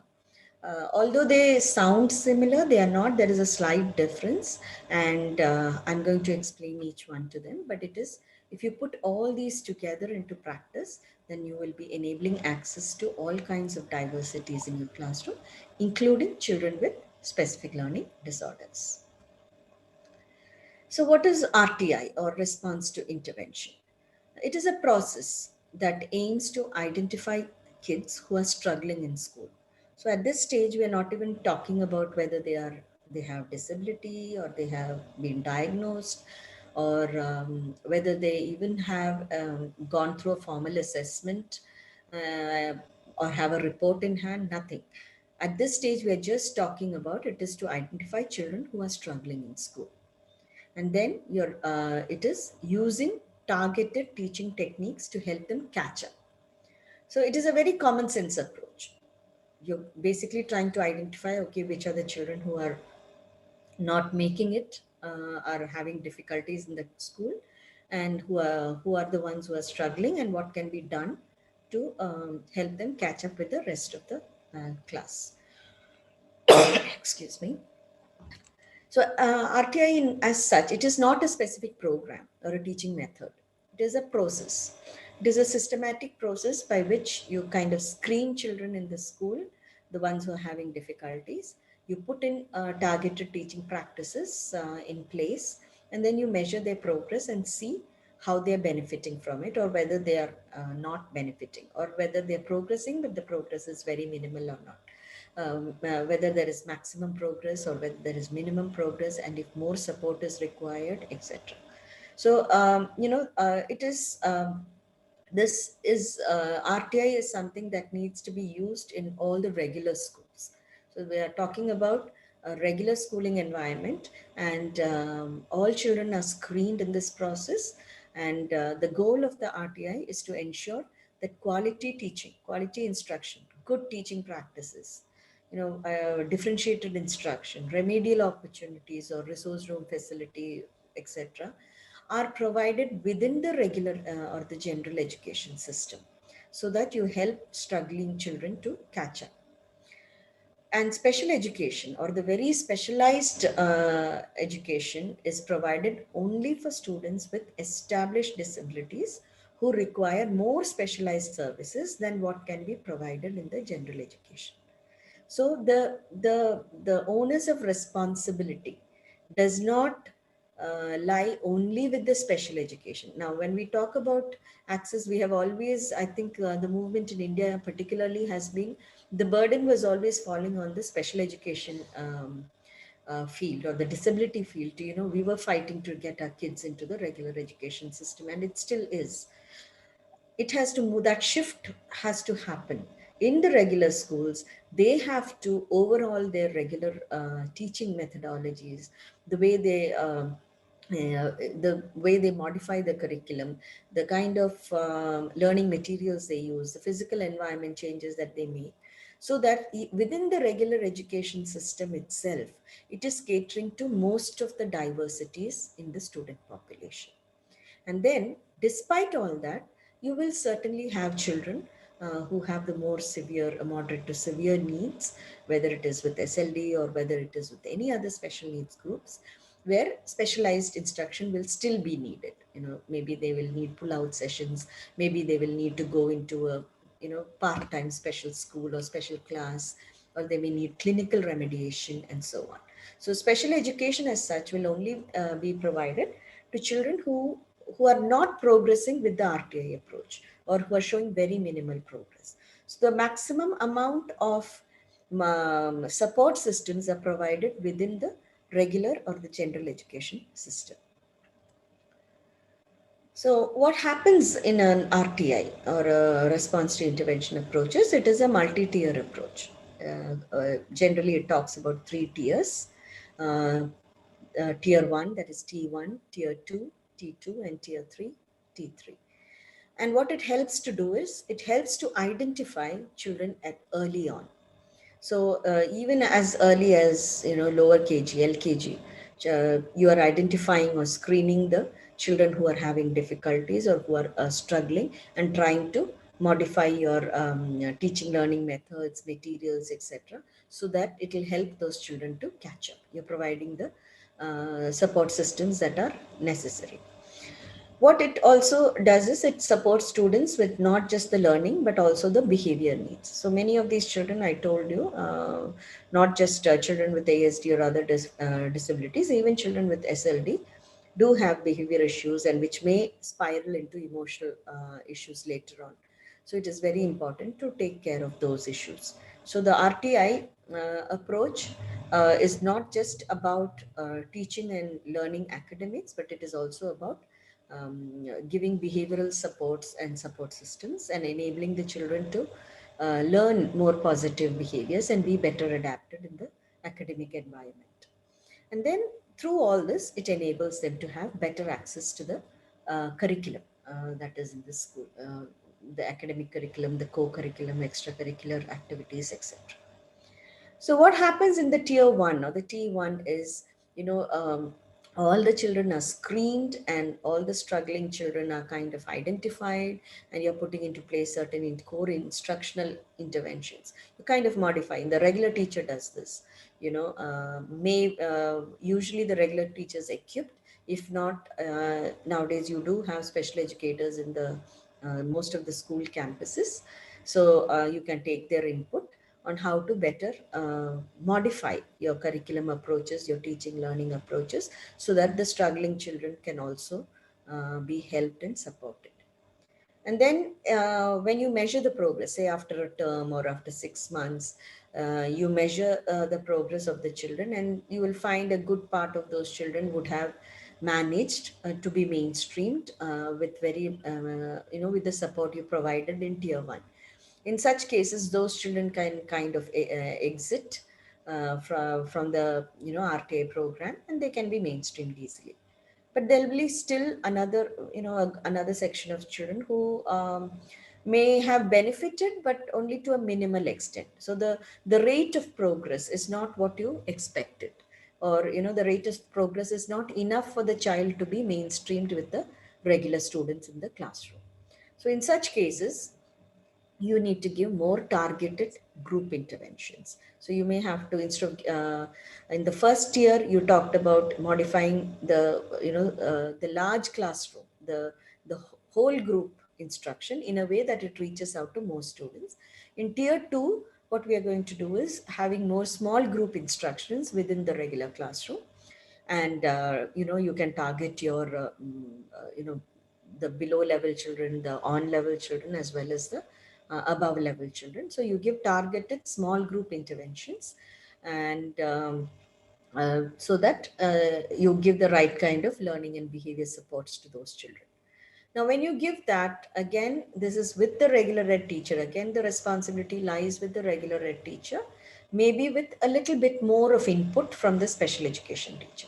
So if you have an inclusion teacher or an inclusion specialist going into the school, some of the things I have actually worked in these kind of situations. The special educator and the regular educator co-teach or team teach within the same classroom. The lesson may be going on, but you would have divided them. The regular teacher would have divided them into, different groups based on their functional level. And, when the inclusion specialist goes in, naturally we are more tuned into the weaker students. So we go and, work with them. They may not just be students that are listed on your, list of SLD or whatever special needs. They may even include other weaker children who are in the classroom. So here you're not differentiating just the ones with special needs issues. You're just kind of loosely having a below level, on level, above level group. And in the below level, you may have children who have disabilities. You may have children who simply have language learning issues. Sometimes nowadays you find that children who are coming from, say, the rural areas, and if they're coming to an English medium school, they may be having language learning issues because they are not exposed to the English language at home. So even those will come into your below level group. So you would be giving some amount of support to the regular ed teacher, but again the major onus of responsibility rests with the regular ed teacher, with additional support from the inclusion specialist. And then after giving tier 2 or the small group instruction, you find that many of them have caught on, they are able to move on, and they are able to be mainstreamed. But again, there'll be a small percentage of the children who like about 5% of children who may not have benefited much from even the small group instruction. And these are the children who will need intensive interventions, possibly one-on-one. And here again, the regular teacher is there, but the role of the special educator or the resource room specialist, the inclusion specialist, comes more in focus, because many of these children would need more one-on-one or intervention, more targeted intervention. And many of these children would also need possibly outside of school. They may uh, even though you provide those targeted intervention in the school, because we know schools do resource room pull out sessions, but that may not be enough. So a small percentage of this 5% of students may also need clinical remediation, like going to a remediation center for additional support and help. This kind of brings on what our response to intervention approaches, and how this actually helps to enable the children to have good curriculum access within the regular education system, while providing the necessary support systems. And this is a more cost-effective approach, especially in countries like India, because the regular school already has a big infrastructure. They have the physical infrastructure, they have the extracurricular, the co-curricular activities, all these things are going on. So to hire materials, a lot of materials will also be there in the regular system. So you don't have to create a special school with too many specialized materials, or a completely different infrastructure, completely different set of staff, etc. And it enables better inclusion practices as well, because these children are within the regular education system. It helps the teaching parent and peers to to develop an empathy for these children. They also realize that children with special needs, and especially those with SLD, do have certain talents and interests and aptitudes, and they too have their plus points, which can be utilized within the classroom. So it works well both ways. It helps the regular children to understand the other diversities. It helps the special needs children to see, to experience better, or the models of what the regular education or the regular students are required to do. So they have an incentive to imitate and model those children. Whereas if they are in a special needs setup, they don't get that exposure. So it is very, for an inclusive practice, response to intervention is a very good process to put in place. And if you have to put in place response to intervention, then obviously it goes without saying that what the curriculum or the syllabus or the classroom environment, all these things have to be, designed or created in such a way that it is catering to most of the learners in the school environment, most of the learners in the classroom. So what the answer to that is universal design for learning, or UDL. Universal design, the concept of universal design came from the field of architecture. If I quote a very commonly mentioned example, you will understand better. If you look at most of the public places, just go to a railway station and you will find that, there are steps that lead up to the railway station. There's on the side, there are ramps with railings also. Now, this is a classic example for universal design. Universal design is placed, the ramp, although it was meant probably for people with disabilities or locomotor issues, it is useful for everybody, right? The ramp can be used by old people who may not be disabled, but their age. So therefore, walking down a ramp with railings is easier for them. It can also be used by young people who may be having a fracture, temporary fracture, and they may be on a wheelchair, or they may be in a using crutches or whatever, so the ramp helps.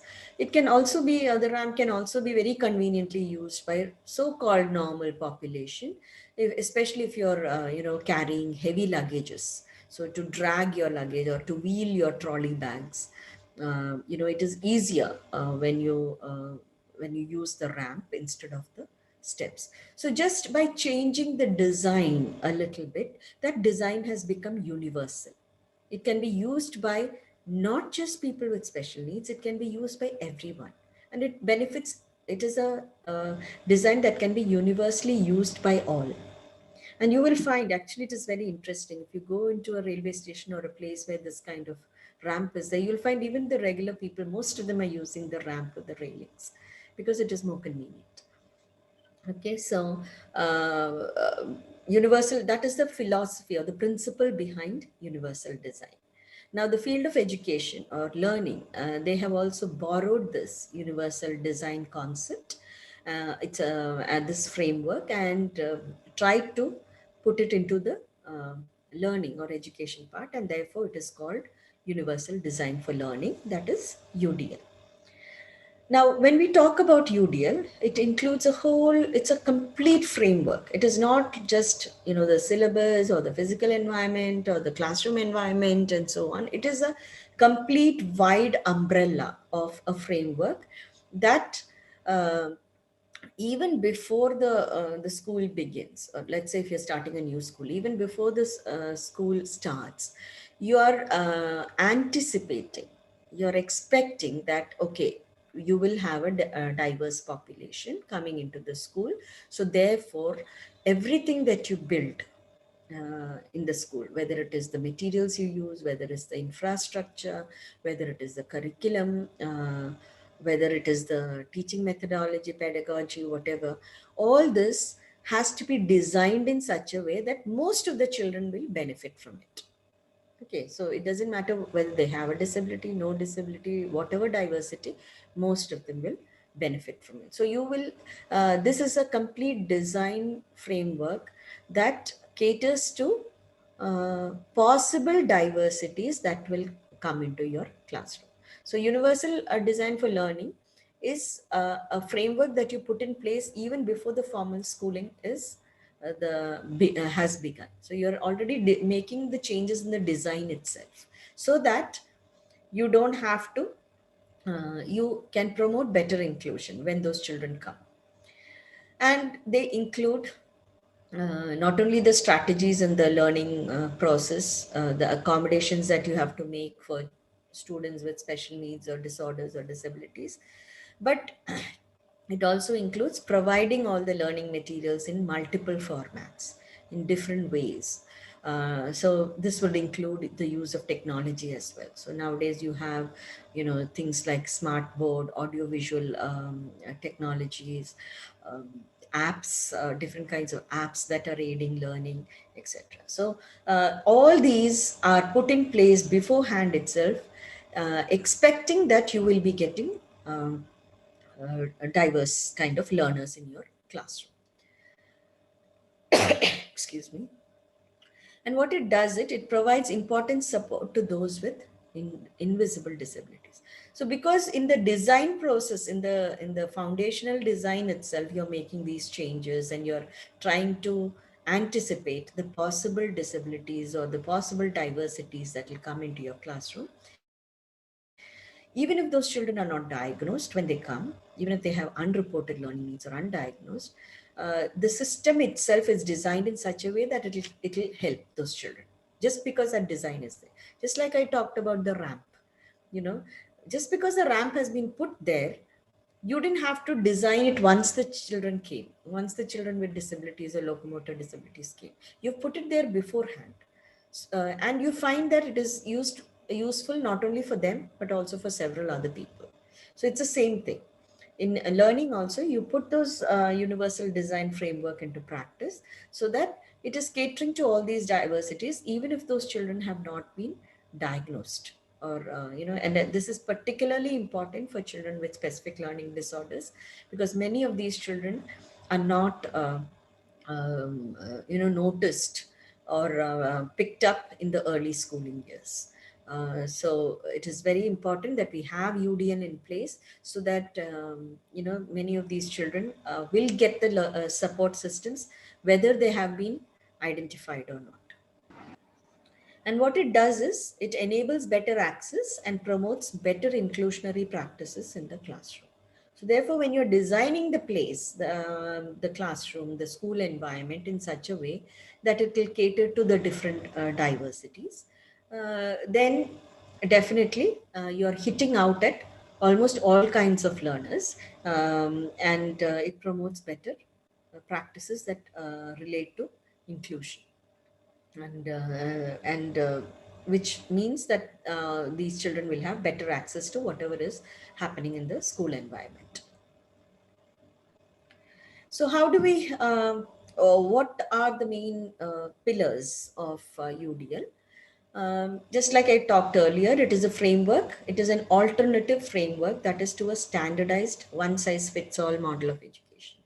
And regular education, is particularly in India, has been and still continues to be, unfortunately, like a ready-made, garment. If you buy a ready-made dress, say you buy a ready-made top, it may be fitting for some, fitting perfectly for some. It may be loose for some people. It may be tight for some people. For some people, certain areas may be perfect. Maybe the shoulder is perfect, but the arm is not, or maybe the waist part is not.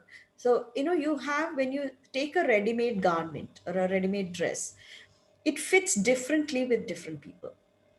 And that is what we have been doing with regular education all these years. We have been trying to have a ready-made garment and expecting all children to fit into it. Not, understanding or not even being aware or being sensitized to the fact that it may be tight for some, it may be restricting, especially if their children are very bright and gifted. What we do in the regular classroom restricts them to a great extent, and their creativity is destroyed. On the other hand, if there are children who have other kind of difficulties, special needs issues, etc. Again, it may the garment may be too loose for them, and you may have to modify it to suit their needs and their challenges. So you break that ready-made garment kind of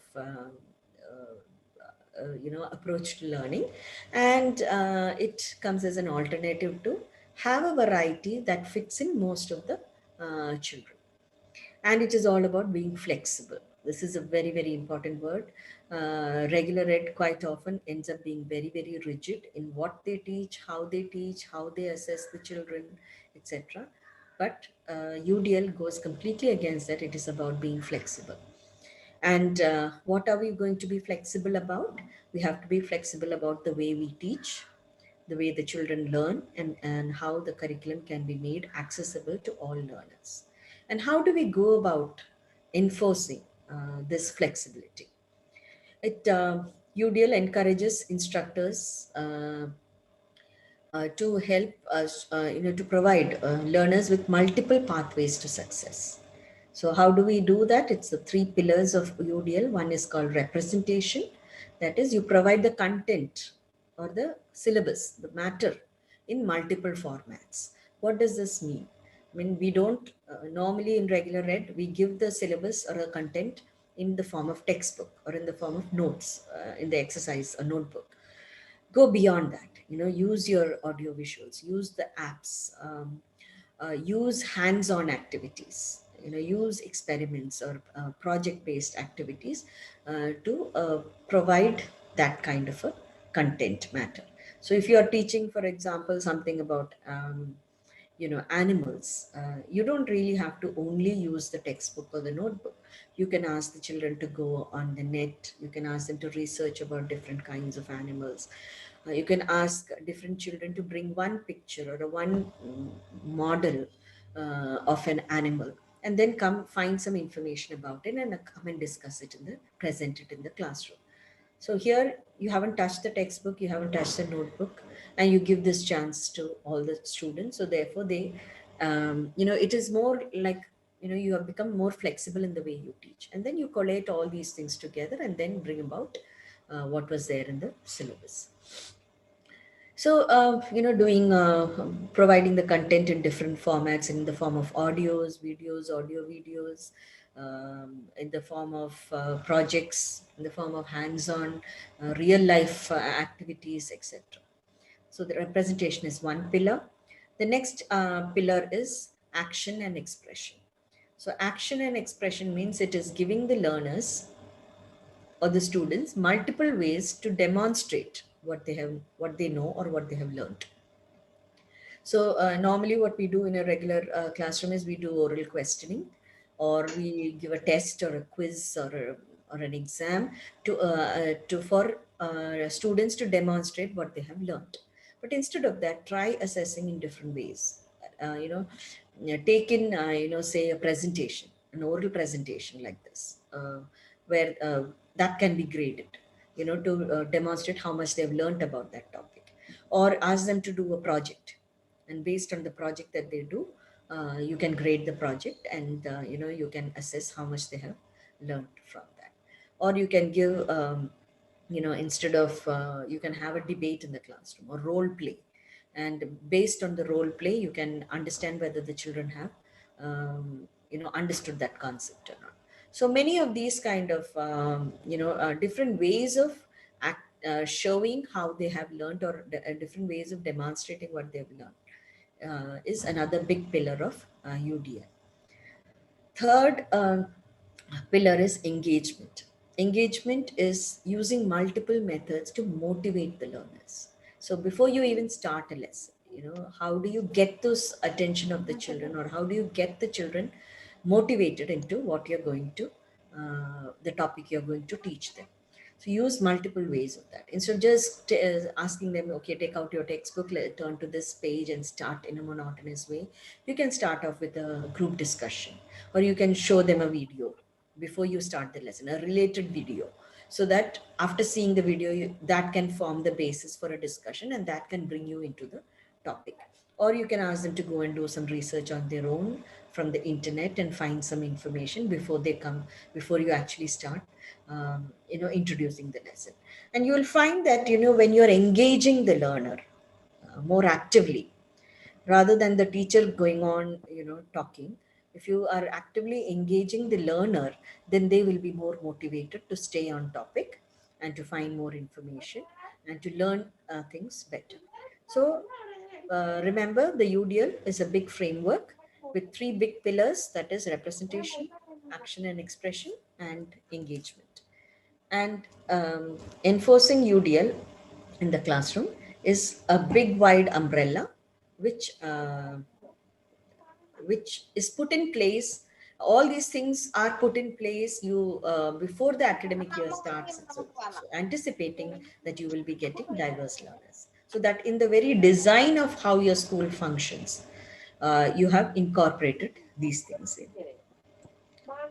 So how to make UDL work? Talking about this is very easy, but let's bring it down into the classroom. So if you really want to make UDL work, what are the things to think about? Suppose you're a teacher in charge of a certain class. So you have to understand, okay, who are the people in the classroom? Who are my students? And what do I know about these students? Do you have any background information on them? Do you know how many children with different kinds of challenges are there, or coming from different kinds of backgrounds are there? So understand your students well, and then think of what is your aim or the objective of your lesson, or the objective of teaching that topic. What is the purpose? So based on the purpose, for example, if your purpose is comprehension, okay, comprehension may be reading a small passage, and they have to answer the questions based on that. And then what are the, once you know what your aim is, you want the children to understand the passage, and you want them to respond to questions based on the passage. Now you have to think of what are the potential barriers for some of these children. Okay, so you may have children who have reading problems, so they may not be able to read the passage by themselves. You may have children who do not understand the language properly, or you may have both together. So you're doing it in reading and comprehension in English, but the children do not come from a very English background. So you have to identify what are the potential barriers that is getting into the way of those children learning, to the maximum level. So identify those barriers and then think about what are the kind of support systems you can put in place for this kind of to overcome these barriers. Now this is happening even before, that's why it is called UDL. This is happening even before you have started the lesson. When you're in the planning stage itself, you're thinking, okay, I have these students, and they have these potential barriers. So when I have these potential barriers, how can I design my lesson in such a way that these barriers can be minimized? So if it is a child with reading issues, maybe you can give an audio text to them, they can listen to the reading, or you can arrange a peer reader to help the child out, read it to the child who has reading difficulties. So you've identified the potential barrier, and you've already you've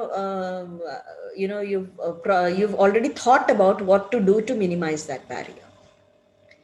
Or if it is a child who has language problems, doesn't understand English very much, so you may have to think of, okay, maybe I have to give some bit of translation of this passage into the child's mother tongue, or explain a little bit in the mother tongue. So identify what are the universal supports that might help with most of these children.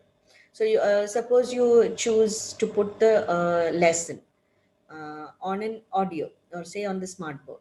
So the lesson may be going on, a reading, a text to speech software you can put. So the lesson is being read out in the classroom. And then you can have what is being read out in the audio. You can have subtitles, like you have subtitles for movies. If you're watching other language movies, you have subtitles coming. So the printed subtitles can come at the bottom. So, you are reaching out to so many different diversities with just that one method. Okay. So then you have identified the universal supports that might help the children. So use the, and when you're planning for these universal supports, think of the guidelines in UDL. That is the representation. Are you providing it in multiple formats? The action and expression. Are you providing multiple formats for the child to respond? Instead of responding, the child who may have reading problems or writing problems, they may not be able to respond to you in writing fashion. So they may have to respond orally. So are you going to take that into account? And also multiple ways of engaging them. So how are you going to introduce this lesson? Get them all excited about the lesson, so that you can engage these children actively. So removing their barriers to the minimizing the barriers and increasing the options for the children through UDL guidelines will really help you. And then, of course, implement it. Give it a go, implement it in the class. And after you've done the lesson, get a feedback. I mean, you can gauge a feedback just by the way the students have responded or how actively they were involved in the lesson. But also, if possible, get the students to talk back to you. Ask them to, ask them to respond what they liked about the lesson, what they didn't like, or, if they had some difficulties, get them to think aloud or verbalize their own difficulties. That is very, very important, and especially with children who have SLD. Because if they are able to identify and become aware of what their difficulties are, then it is much more easier to teach them the coping strategies that will help them to circumvent those. So learning coping strategies, learning skills and behaviors that will help them cope with those things are very important. So if the child has reading difficulties, or if the child has reversal issues, for example, very commonly seen in SLD children, you have to teach them certain strategies like, okay, you have difficulty with the B and D. Every time the B and D comes, you have confusion and you're reversing it. So what you have to do is, teach them, because many of them are not aware of that. So make them aware, this is where you're having difficulty. And because of that, anytime you're writing a word with the B or the D, before you even write it, pause a second, look at the alphabet chart on the board. Or, if you preferable, have a little alphabet line a strip of alphabets written on the desk. So always look before you write. So you're teaching a coping strategy to the child, that making them aware this is where you're likely to go wrong. So before you even write it, be cautious. You can have a coping strategy to help, and these coping strategies eventually help in overcoming the reversals to a large extent as well. So this is just one example I gave. So get feedback from the children, make them aware where they're going wrong, what can happen. So when you get their feedback, that will help you to again go back to knowing your students better. So you understand your students better. So the next time you plan a lesson, again, you know more about your children. So therefore, you will learn to modify your lessons accordingly. So when this happens, and this is a cyclic process, it doesn't stop at one thing. It goes on. So the better, the more of a thinking educator you are, when you put these things into place, you end up refining your own teaching process, ultimately enabling better access to the children who have difficulties. Now, providing access. So when we talk about providing access, yes, UDL is there, RTI is there, but when we come right into the classroom, what are the three major areas we have to think of? One is the physical classroom environment, behavior management, the classroom behavior management, and of course, the academic area. And when we talk about the academic area, the instructional strategies, the teaching methodology, the materials that you're going to use, etc. All this, the three broad areas where you have to think, really hard to enable access in the classroom. Just to give you some examples, how can physical environment be modified or accommodated? We can think of flexible seating. Now, I know Indian schools are very, very bad at this. We have those, benches and desks, which are very, very restrictive. But, we have to, rethink. If we want better education system, we have to rethink the physical environment in the classroom as well. So flexible seating and learning stations is one. I'll just show you some pictures on how this can be done. Now, if you look into this classroom, some of these pictures, they have provided different kinds of seating arrangements. They've provided stools, they've provided mats on the floor with cushions if necessary. They've provided, hard back chairs. Even in the, if you look at the bottom picture on the right hand side, you will see a child who's sitting in the regular chair, but there is a wiggly, squiggly, seat that is provided on top of the chair. So this helps. I mean, a child who has movement issues, ADHD issues, they have this need in their body to move. And when you're restricting them to, sitting down without movement at all, it is very difficult for them to focus. So a little bit of movement helps them. And having these squiggly seats on the top of chairs really help. If you look at the picture on the left-hand side, you have those ball-like things. Again, those kind of move up and down a little bit. Not a big deal, but a small, and that kind of movement helps children with ADHD, focus better. So it depends. If there are children who are kinesthetic, who need to learn through movement and who feel very restricted when there is no movement, you can think of different seating arrangements like this. Not all seating arrangements are expensive. I have worked in schools where, you just have the normal tables and chairs, and then I would just have a mat at the back with some cushions, or, if there are no cushions, at least a mat which can be rolled up when it is not in use. And when it is in use, you can put it out. So even something as simple as that can be done. Have learning stations for small group instruction within the regular classroom. So you can have little corners like a reading corner or a calm corner. Not, if you look, doesn't have much materials, just a few books or some toys, which are not very expensive at all. In fact, in schools where budget was very low, I used to ask the children to get something, just a few things here and there. And, all you needed was a pillow or a mat, and you just could have a corner. And sometimes I would use the shelves, like the bookshelves or things, to make the corner, to demarcate.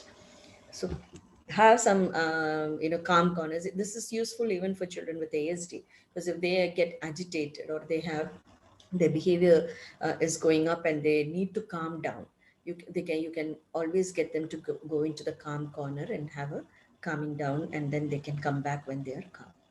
So this helps with a lot of our children, not just children with SLT. This is also calm corners and reading corners are also good when there are smart children in your classroom, or children who finish work very fast, and you want to send them. You don't want them to disrupt. This is another very commonly seen problem.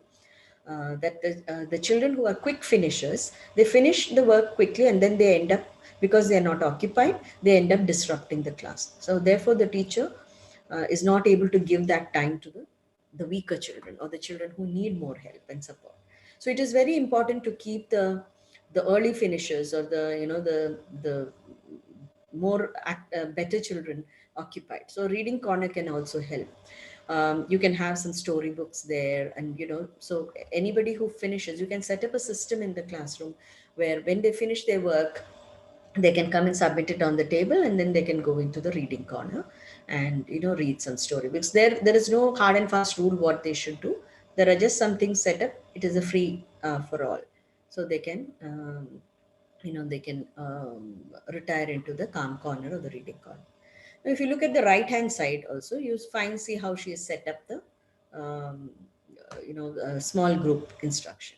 Now this class is a bit high tech. They all have their personal laptops and all that. In schools where I worked, we never had this luxury.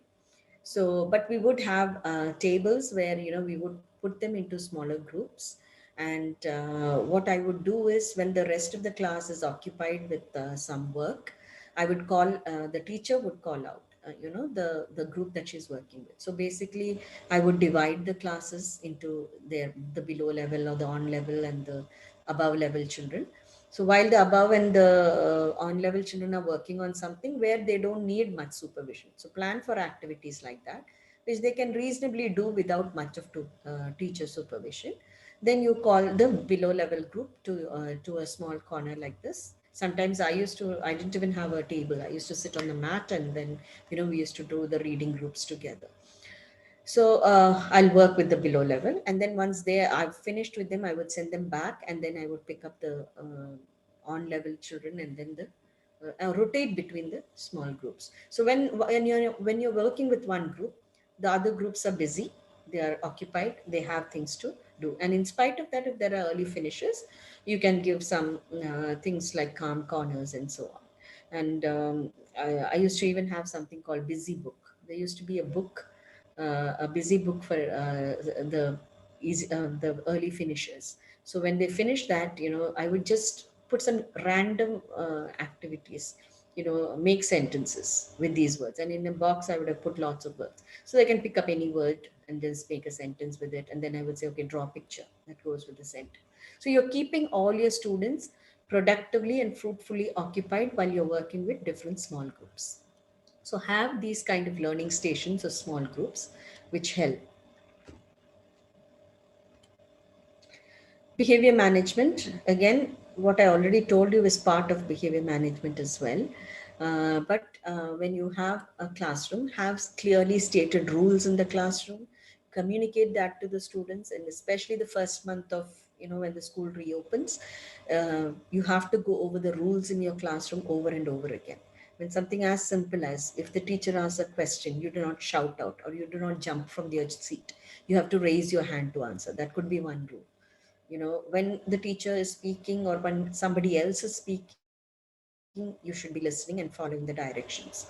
So make simple rules. Don't make too many rules. Make about 5 to 8 or maximum 10 rules in your classroom, but enforce them consistently. So having clear-cut rules in your classroom really help, because it communicates to the student what is expected of them. And then tie that up with behavior charts or token economy system.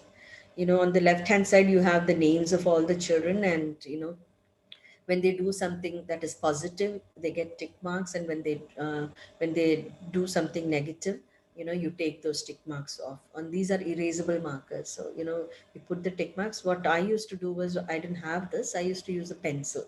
So I would pencil in the tick marks, and if they misbehave, that tick mark will be taken out.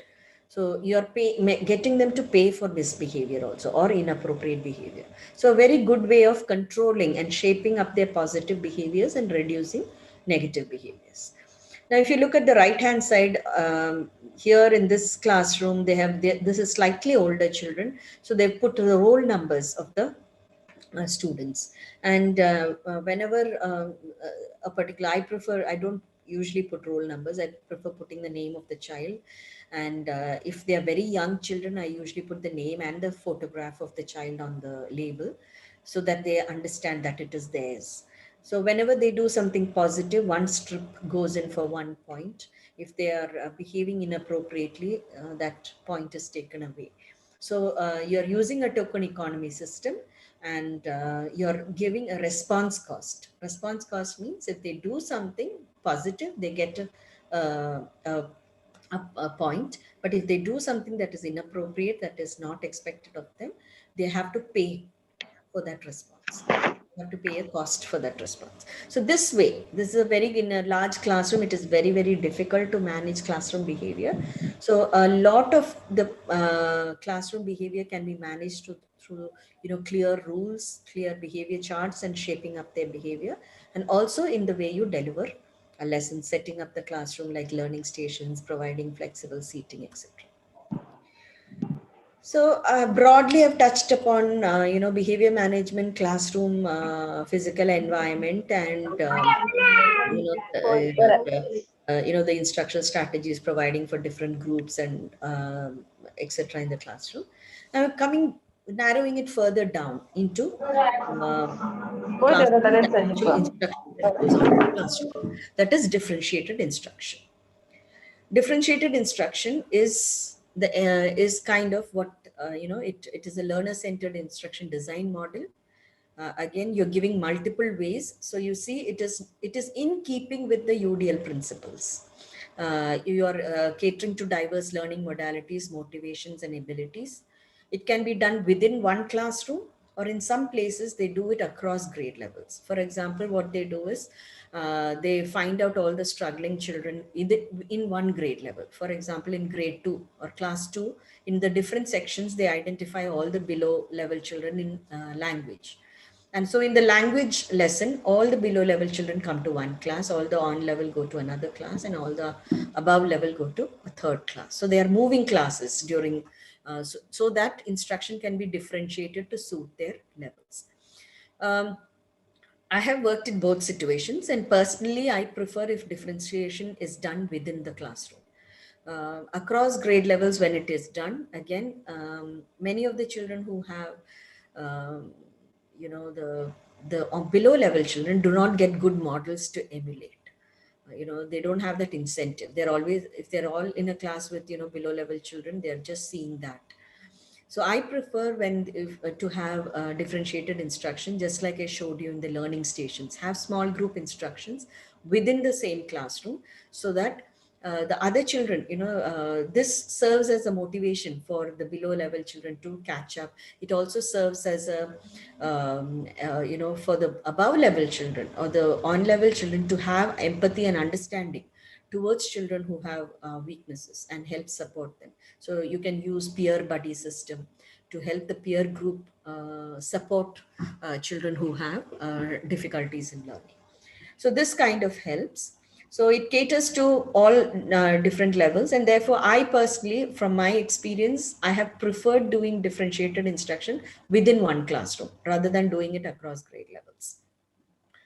And it can be done for one or more of the core elements that are part of differentiated instruction. Again, you will find a lot of similarity between what was mentioned in UDL. So it is an offshoot of that. The core elements of differentiated instruction is content, process, and product. It is very similar to the representation and engagement and action and expression that I talked about in UDL. But the main difference is DI or differentiated instruction is the specific instruction you're giving in the classroom. Once you've entered the classroom, once the students are there. Whereas in UDL, you are designing it beforehand itself. In expectation that there will be diversities in your classroom. So when you put UDL in place, a lot of it happens there itself. And then you have to further narrow it down when it comes to the classroom, because when actually the children come into your classroom and you get to know them, you realize that for every lesson you're doing or planning, you have to modify for the individual students or the individual groups of students. So you modify the content, which is what the students need to learn. You can modify process, that is how they learn the activities and materials, and product, like how they will show or demonstrate what they have learned, which is part of your assessment and evaluation. So as I said earlier, there's a lot of overlap between UDL and RTI and DI and all these things, because all these put together, it should become an organic system within the school environment to enable access. When you do DI, a lot of times, it is easier, because if you're modifying, I told you, you can have audio format or video format or have hands-on activities. It is easier to plan that way. But a lot of times, teachers do have difficulty in how can you differentiate paperwork? How will you differentiate worksheets? So that is one example I'm giving here, because I'm sure as educators, especially those working with special needs, how, you can bring in pictures, models, charts, or do hands-on activities. Many of you are familiar with that. But a lot of you may not be familiar with how worksheets can be differentiated. So I'm giving you an example here. This is one topic. I mean, how to make a jam sandwich. So using 2 pieces of bread and jam, they have made a jam sandwich. Just imagine that they have already done this hands-on activity in the classroom. Okay, you've had that as a learning project. And then now you're bringing it into your language program, where they have to logically think of the order of how they made a sandwich, and they have to sequence the events. I know we talk about sequencing events in a story, but you can even do sequencing with real life activities. So, it helps the process of sequencing, because if they've done it, it is much more easier for them to relate to it. So if you look at please look at the right hand, the worksheet, which is on the far right. On the right hand side, what you will see is, you see the whole sentences are already there with 1, 2, 3, 4, 5, 6 steps. The boxes are empty. And what they have provided at the bottom of the worksheet is they have provided the pictures. So here, all the child has to do is either read it, or if the child has reading problems, somebody can read it for them. And it is already sequenced, and all they have to do is match the picture to the sequence. So the product that they are giving is minimal. It has been modified for the below level children. So they don't have to write anything. All they have to do is look at the pictures and then connect it and put them in an order. So if they've already done the activity of making a jam sandwich, it will be much easier for them to know which comes first and so on, and order them correctly. If you look at the middle worksheet, the one that is in the middle, that is for probably the on-level children. Here they have to do some bit of writing. The pictures are not there. Instead, some simple words are there, like first, next, thirdly, or after that. These kind of words are given. And they have to put those words according to the sequence. So if it is number 1, it will be first, get 2 slices of bread. If it is number 2, it will be next, use the knife to spread some butter onto the butter or jam onto the bread. So the key words for sequencing are given, and they have to read those words and then put them in to do the sequencing of events. The third one on the far left hand side, you'll find that is for the above level children. So here the key words are given, just like in the below level, but no sentences. In the middle worksheet, part of the sentence was given. Here no sentences are given, just the sequencing. The pictures are given as clues, but they have to use these keywords first, next, etc., and frame their own sentences. They have to make their own sentences about how to go about making a jam sandwich. So you see how the same content has been modified or differentiated for different levels of children based on their challenges. So one example, I'm sure as educators, if you think on these lines, you will have better ways of differentiating. And this is a learning process. You learn it over the years as you practice it in your classroom. The next, I'll just rush through this because VAKT is pretty much known to all the special educators, and it's a very, very familiar concept. So basically, you're using all the modalities of learning. And one thing you have to realize it with children who have SLD or even any other special needs issues, they may have a stronger modality. Some children learn better visually, some children learn better auditorily, or some may have difficulties in certain visual processing or certain auditory processing.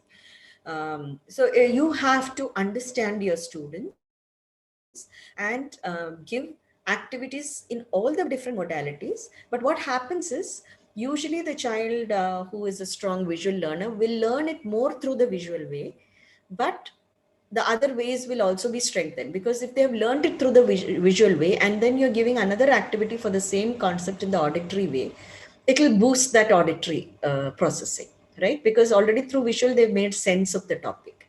So when you're giving the visual or the kinesthetic or tactile, it will make more sense about the topic. It will add to their knowledge. So using the VAKT multimodality approach helps to bring about a sensory balance and integration, which is very, very important in learning. Sensory motor development in the early developmental years is very important for future learning. It lays a foundation. And we know that children with special needs, and especially those with even specific learning disorders, they may have minor issues with sensory integration. With SLD children, the sensory integration issues, as I said, may not be very visible, but we do know, like with experience, we do know they do have trouble, with motor coordination, balance, fine motor skills, and so on. So, using multimodality learning always helps. What it does, it is engages the learner, it improves motivation, active learning takes place, and it adds on to their better memory. So if they've already learned through one modality, which is their strong modality, learning in the other modalities will act as supplements or complements, and it will add on to what they're already they've understood through their strong modality. So it brings about a more balanced learning and better sensory integration. And in some cases, VAKT is also, in some places, they also call it VARK. That is why I've included it here. R stands for reading and writing. So, but again, when it comes to children with SLD, many may have problems with reading and writing. So that may not be a very strong modality in them. So, use these modalities. And whenever you plan activities, try planning in all the different modalities. So one thumb rule I use is use an oral thing, which will involve, auditory, use something by doing, which kinesthetic tactile will be taken care of, and use an activity which is more, visual or reading, writing oriented. So, any concept you're teaching, try to think of these different variables and bring about activities there. And when you do this, what happens is it improves the functionality or applicability of the academic and academic related skills. Just earlier, I talked about how to make a jam sandwich, right? If they have already done that activity in the classroom, it improves their skill of being able to sequence those events in order, and that improves their thinking process. And remember, in children with SLD, thinking in a logical sequence, or thinking in an orderly fashion, organizing their thoughts in an orderly fashion, all gets impaired. So when you're doing these kind of activities, it helps to connect the doing to the thinking process, to applying it. And of course, they've learned a life skill. They've learned how to make a sandwich, which is a life skill. So they can become useful members even in their home. So not only the academics and academic related skills that is triggering the learning thinking process, but also the functionality or the life skill has been promoted. Another thing that I would really like to talk about is cross-curriculum teaching or learning. And this is something very few schools seem to do in India, and which we really need to do, especially in the younger classes. I think in some of the schools, this is already in practice, which is good, but we really need to think about cross-curriculum teaching. Cross-curriculum teaching or instruction is, very targetedly, intentionally, you're using different academic areas, different academic disciplines or subjects, such as language, maths, science, social studies, art and craft, maybe even physical education, music, etc., and trying to weave them into a thematic unit. So particularly very useful in the primary levels, because in the primary levels, the focus should be mostly on developing literacy skills, which is reading, writing, comprehension, and numeracy skills, that is number sense, number concepts, basic math operations, etc. So when we are talking about literacy and numeracy, try to bring all your other concepts into the literacy and numeracy and have a web around it. And what does this do? Again, just like with differentiated instruction and UDL and all that, it helps in engaging the student more actively. It helps them to learn through multiple ways.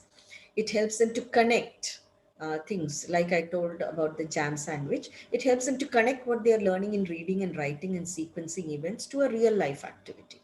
So it is more, they learn to make those connections, which children with SLD particularly do not automatically make. What you teach in the classroom remains in the classroom. And if you have to get them to connect it to real life skills, you have to make that connections apparent. So if you do cross-curriculum teaching, that connections come in handy. So I'm giving an example of how cross-curriculum teaching or learning can be done. I've just taken one lesson on plants. It may be a science lesson or an EVS lesson, and providing what can be a literacy or a language link to it, a maths link, a science link, and an art and craft link. This is just an example to demonstrate. In the language link, from the lesson on plants, I've made a reading comprehension passage. I've also given them a visual graphic organizer on how to sequence the events of growing plants, like a life cycle of a plant. And then I can use that to do expressive writing, like they can write a composition or a paragraph on how to grow plants. And in the science link, I can actually get them to plant some seeds in the classroom and grow those plants, and then observe those plants in different settings, such as, in one group of plants, you can provide light, water, air, all three. In another group of plants, you can take out one variable. Don't give light, only air and water is given. Another group of plants, take out another variable. So they can observe and record, which means that their scientific thinking and scientific reasoning is being developed here. Like, what will happen if this, if air is not there, or what will happen if water is not there. And ultimately, with all this, when they observe and record this, they are able to come to the conclusion that, okay, for plants to grow, they need air, water, and sunlight, So bringing about that scientific thinking, instead of just telling them, okay, plants need air, water, light to grow, you're actually getting them to think about it and arriving at their own conclusion, which is the crux of scientific thinking. And observing and recording is a very, very important skill in science. So, you can get them to do that. And you can bring a math link to it while the plants are growing. Every week, maybe you can get them to measure the plants. So you're bringing in measurement there. So it's a math link. So a number concept or a measurement concept. The math, whatever you've measured, they can put it in the form of a graph. So, again, another math skill. So you see how you're connecting this lesson on plants to a language skill, to a math skill, to a science skill. You can also have an art and craft link. They can make a scrapbook, collect different kinds of plants, leaves, etc. Make plants out of paper, use, cut and paste life cycle events. So this is an example. This is what I've been talking about now. It will make more sense. On the left-hand side, you see how the reading comprehension passage based on the plants, parts of the plant have been given. They read that, they comprehend, and they have to do the exercises. And then in the middle, on the top middle part, you see how pictures have been given to sequence the growth of a plant, the life cycle of a plant. So number 1, 2, 3, 4, and sentence strips. Like sentence strips are also given. They have to match the sentence to the picture and put it in order, so they understand how the plant grows. And this can be used as a point for discussion. So oral skills can be developed. You can also use this life cycle organizer that we've done to get them to write about it. You know, how do I grow plants, or how do we grow, or how plants grow? They can write it. So you're brought in your creative writing into it. If you look at the bottom part, they've actually used different kinds of craft paper and actually made a plant, and possibly they can connect it to the reading comprehension passage, and after making it they can label it. You know, they can actually draw arrows and label the different parts of the plant. So you're linking the language with the art part of it. On the right hand side, you see how the measurement part of it has been done with math. So the length of the plant in the first week, second week, third week, the first week has been filled in. Second week, third week, they will have to measure. So measurement is taught. And then how they derive a conclusion out of it, like which plant grew the most, which one grew the least. And this shows that plants need whatever to grow. So you're teaching them that thinking process on how, from the data, from the observation, you can arrive at a scientific conclusion. So you're building up scientific thinking. And the same thing has been given in the form of a graph here. They've colored in the boxes matching the measurement. So again, two different math skills have been brought into one activity. So you see how cross-curriculum teaching really helps. It starts making better sense to the children, because not only is it giving them repetition, it is helping them to connect the maths, the science, the art, the language, everything together. And if children don't make these connections, that is when we find that student population end up just by hearting or memorizing a lot of information and producing in exams, but they come out with very poor applicability skills, which is what is happening with a lot of our regular population.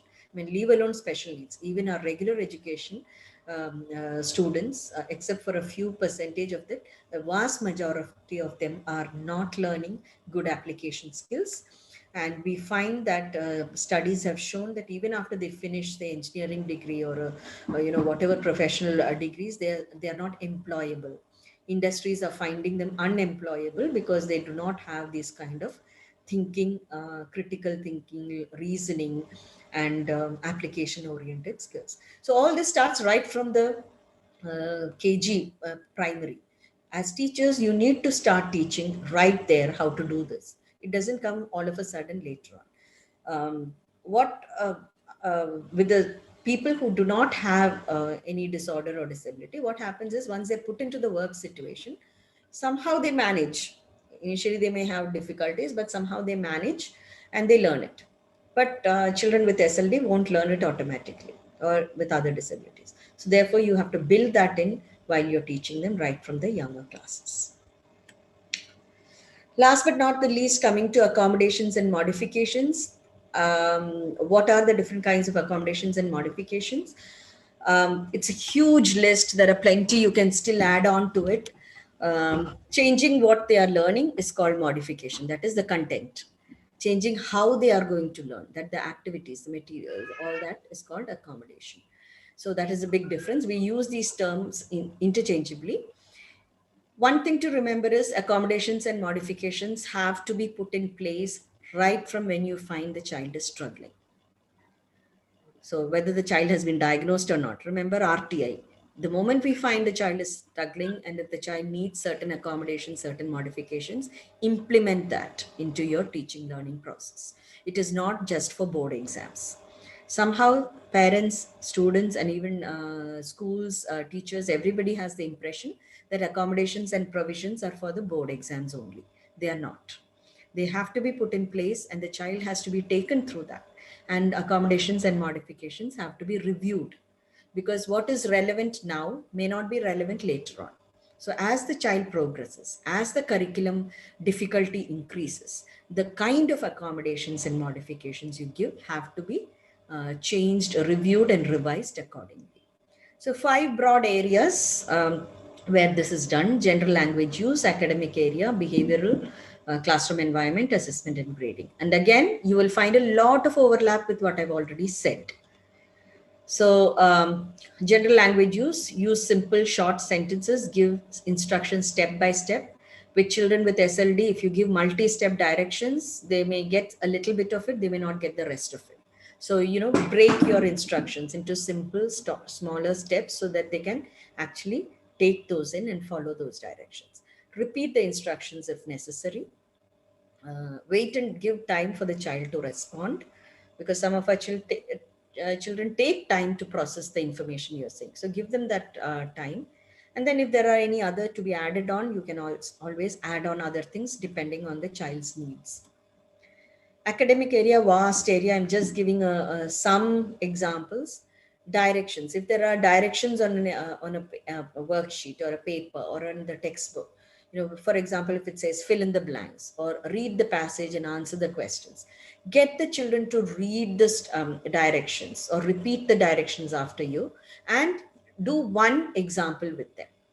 Even if it is in math, if it says add the following, or write the sum.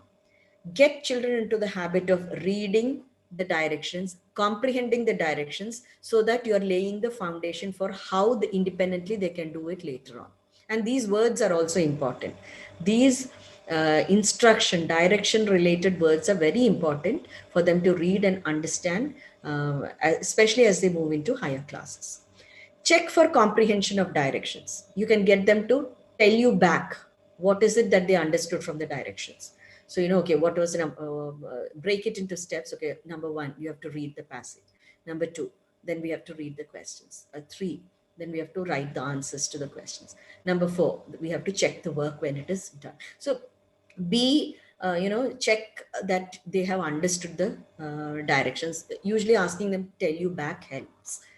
Extend time, which we know with a lot of our children, they may be slow. So give extended time. Reduce the amount of work. Again, if you know the children are slow or they're struggling, if you're giving 20 problems to the whole class, maybe give this child 10. So reduce, or if you're giving dictation words, give the most important few to this child, and instead of giving the whole list.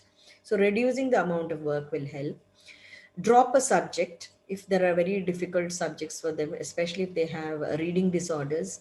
Learning too many languages becomes difficult for them. So concentrate on one language and maybe you can drop the other language. Or sometimes if they have a disorder in math area, you can drop, especially the higher level. You can drop the math, because higher level math becomes very abstract. And those who have math problems, disorder, they find it very difficult to achieve that. So drop a difficult to learn subject, and instead nowadays even the boards are giving, CBSE definitely gives 2 subjects that can be dropped and alternative subjects can be taken. Use audio texts. Okay, so use texts which are taped so they can listen to the recording of the reading. When I started off, we never had all this thing. So we used to use a Walkman or a tape recorder. If there are people who are from that generation, they will understand. We used to ask the parent or the sibling of the child to read the text in an even pace so that the child can listen to the text being read and follow in the textbook. So that studying is not interfered with because of reading difficulty. So use audio text, and nowadays, of course, you have softwares called text to speech, that is TTS, to overcome reading difficulties. Reduce assignments or give alternate assignments, preferably give it in advance. One thing I used to do was, like, if I'm introducing new set of dictation words on Monday morning, for the child with difficulties, I used to give it on the Friday evening itself, so that they have the weekend to be familiar. So on Monday, when I'm introducing it, at least they're familiar with those words. So give those things in advance. Lengthy assignments, if they are very lengthy, give it in small installments on parts. Allow different kinds of manipulative aids, counters, number line, alphabet line, clocks, calculators, etc. For especially for math, and for English also, if they have reversal issues and all that, have letter, just like you have a number line, you can have an alphabet line taped onto their desk, or have an alphabet poster. Okay, use these. Allow for spell check, grammar check. If they have written pieces, nowadays in the computer itself, you have these. Or else, in the younger classes, you can train them to use a dictionary, etc. Assist in copying from board to paper by providing a printed copy. Sometimes they find it very difficult to copy from the board, even if they're sitting right in the front. So if you give a printed copy at the desk, it becomes easier for them to copy. Avoid excessive dependence on copying by providing printed worksheets. So if you're giving a reading comprehension, usually we find in the schools, the passage is written on the board, then the questions are written on the board. The children have to copy all this and then write the answers. Or if there are math problems given, they have to copy the math problems from the board to the book and then solve the math problems. And we know our children have processing difficulties. They may be very slow in all this. So, why this unnecessary copying? Take away the unnecessary copying by giving printed work. So the passage is printed, the questions are printed. All they have to do is read, comprehend, and write the answers, because that itself will take a long time. Or if it's a math worksheet, they don't have to copy the maths, because the problems are there in the paper. All they have to do is solve it and write the answer. So you are reducing the unnecessary copying. Check work that is copied from the board thoroughly. Instead of just putting a tick mark across the page, check it thoroughly, because you will find many of these children have made lots of errors. So please correct those. Provide large spaced or wide lined paper for writing, especially if they have writing issues. Accompany oral instructions with written directions or visual cues. Okay, when you say, okay, read the passage, do this work, and so on, give it in writing also. Put up a little thing on the board, so that even after orally you've said it, they have forgotten it, they can still look back at the board and remind themselves of the directions. Use computer for typing, use audio recording or dictation, use number line, letter line to avoid reversal issues. If there are writing errors, point them out for correction. Use homework diary to, put down assignments, projects that they have to come up with, and etc. Because our children easily forget timelines. So it is very important to use a homework diary even in the higher classes. Permit all kinds of handwriting. If they're comfortable with cursive or print or manuscript writing, whichever handwriting they are comfortable with, allow them the use of that. Don't insist on the use of cursive. Increase font size or use the kind of font that enables children to read better. So any other in the academic area can be added on. In the behavioral area, always when they don't just look at the product or the end product of their answers, etc. Acknowledge the effort that they've put forth.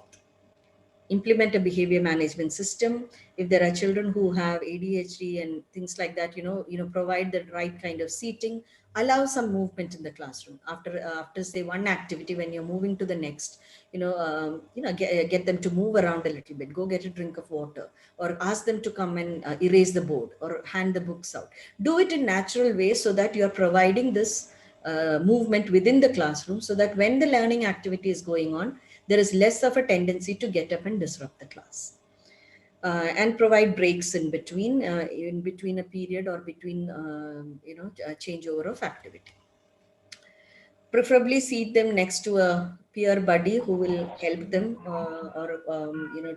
seat them close to the teacher, where the teacher can always monitor these children or provide the necessary support. So preferably in the front row. I usually used to keep these children towards one end of the front row. So, they are not disrupting the others. If you put them in the middle of the front row, sometimes that's distracting. So I usually put them in the front row towards one end, so I have greater access to these children. Provide organized area with minimal distraction. Sometimes, we used to do have cubicles, like you have in the IT companies and everything. Putting a cubicle in a classroom is very difficult. You can even have cut out pieces of cardboard boxes, to have minimal distraction.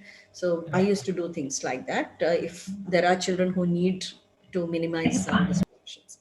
Selective seating near a peer buddy for assistance. Avoid seating near certain classmates, especially if they don't go along well. Sometimes there are children who not get along with. In assessment and grading, everything that I said in academic area holds good for assessment and grading also. So you can provide an audio recorded question paper or a reader for the test.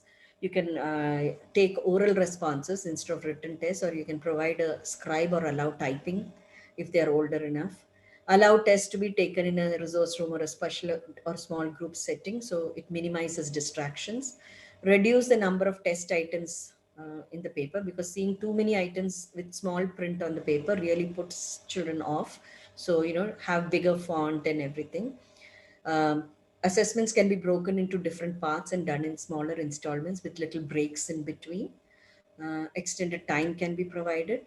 If you're giving multiple choice questions, reduce the number of choices per question, at least when you're starting out. Give 2 or 3 choices and simple choices initially.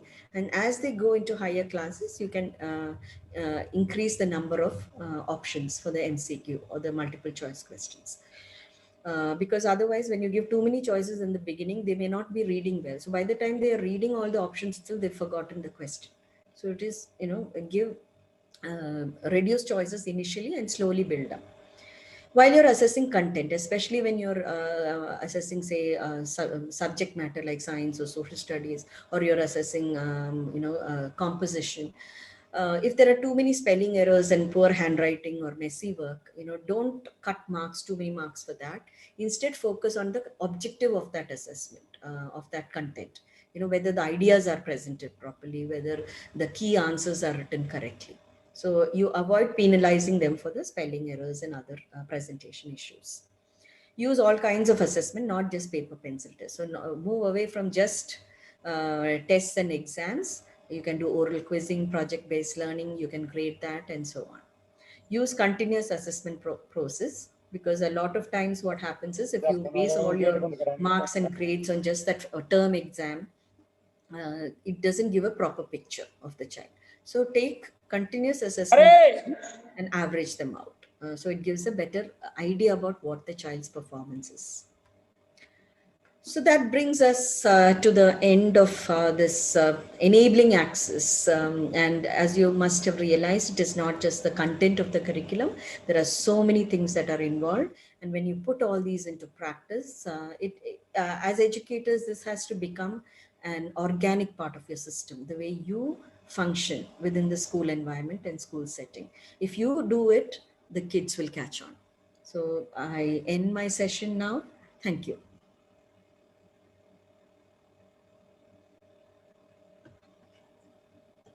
Thank you, ma'am. Any queries? I'm open to questions. I know I took a long time, but I wanted to make things clear with tangible classroom examples, because if I don't show those pictures and those things, it becomes difficult to visualize, because we do not have so many good inclusive models in our, generally in India. So, there are some schools, yes, but unless educators get an opportunity to see good inclusive schools, it becomes difficult for them to visualize that and implement that as well. So any questions? If there's any queries, I can answer.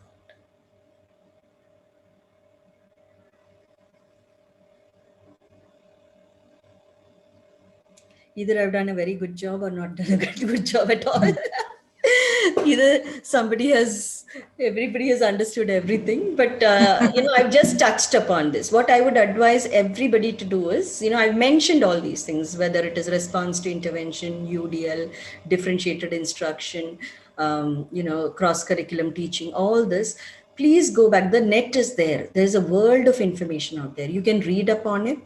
You can also watch, if you are not very good with reading and if you find that very hard, there are a lot of YouTube videos, not much from India, but definitely in places abroad where they have a lot of YouTube videos which show this in action.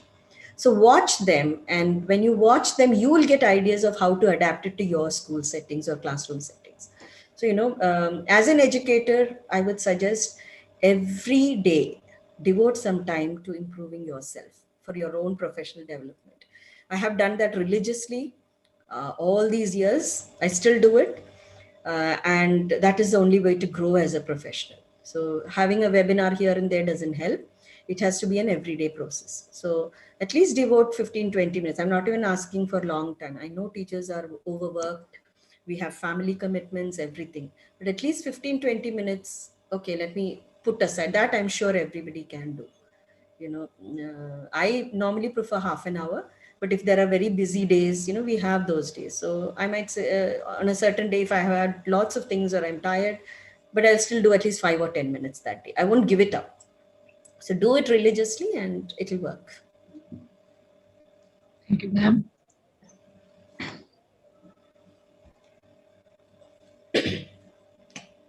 I hope I was audible. I have a very, very Yes, very much, ma'am. You are very much audible.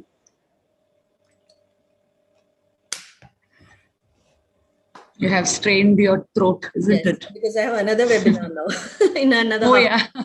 So it's a continuous schedule. Yeah, today was a hectic day. Perfect. Any queries? I've got some comments saying it was informative, and yes, taken the information. Yeah, it's like the list is quite long. It is very long. Too many areas to be covered. So that's why I said this is just the tip of the iceberg. Please go back. I've touched upon everything that is required, and it is not just with SLD. For the SLD, it's even better because many of these children can really become successful if you do all these things. You know, they can be almost seamlessly integrated into the community. So, but the only problem is they are not identified early enough, and these things are not put in place. So many of them, by the time they come to high school, you know, there are a lot of issues, and then it is a bit too late to intervene at that point.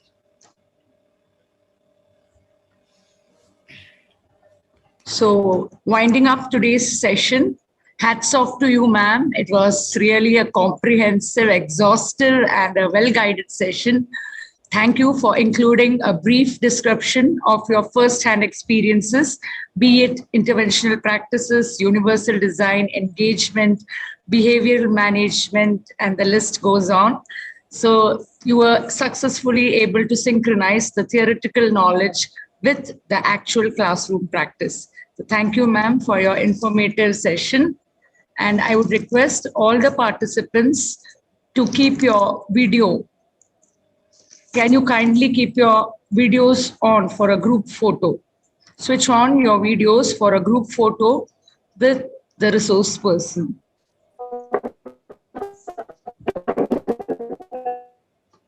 I request all the participants to switch on your video for a group photo with the resource person.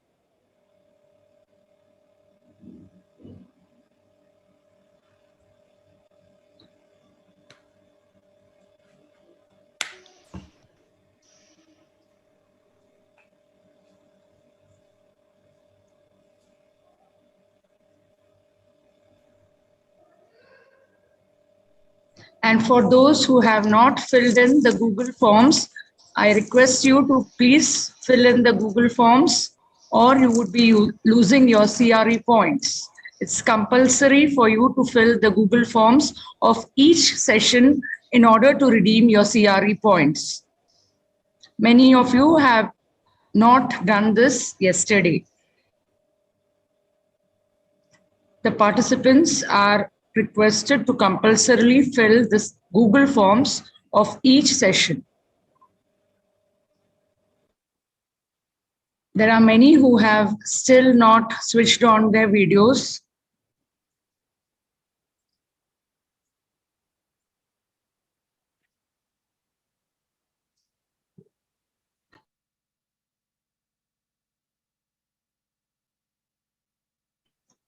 Thank you and have a nice day. So tomorrow we would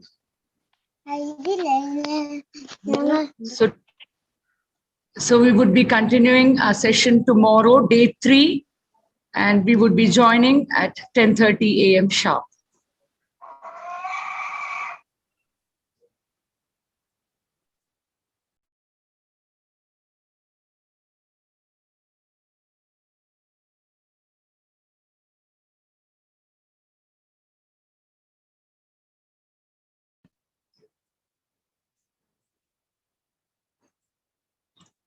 We would be winding up today's session. Day 3, that is tomorrow, we would start the session at 10:25 a.m. Thank you. Have a nice day.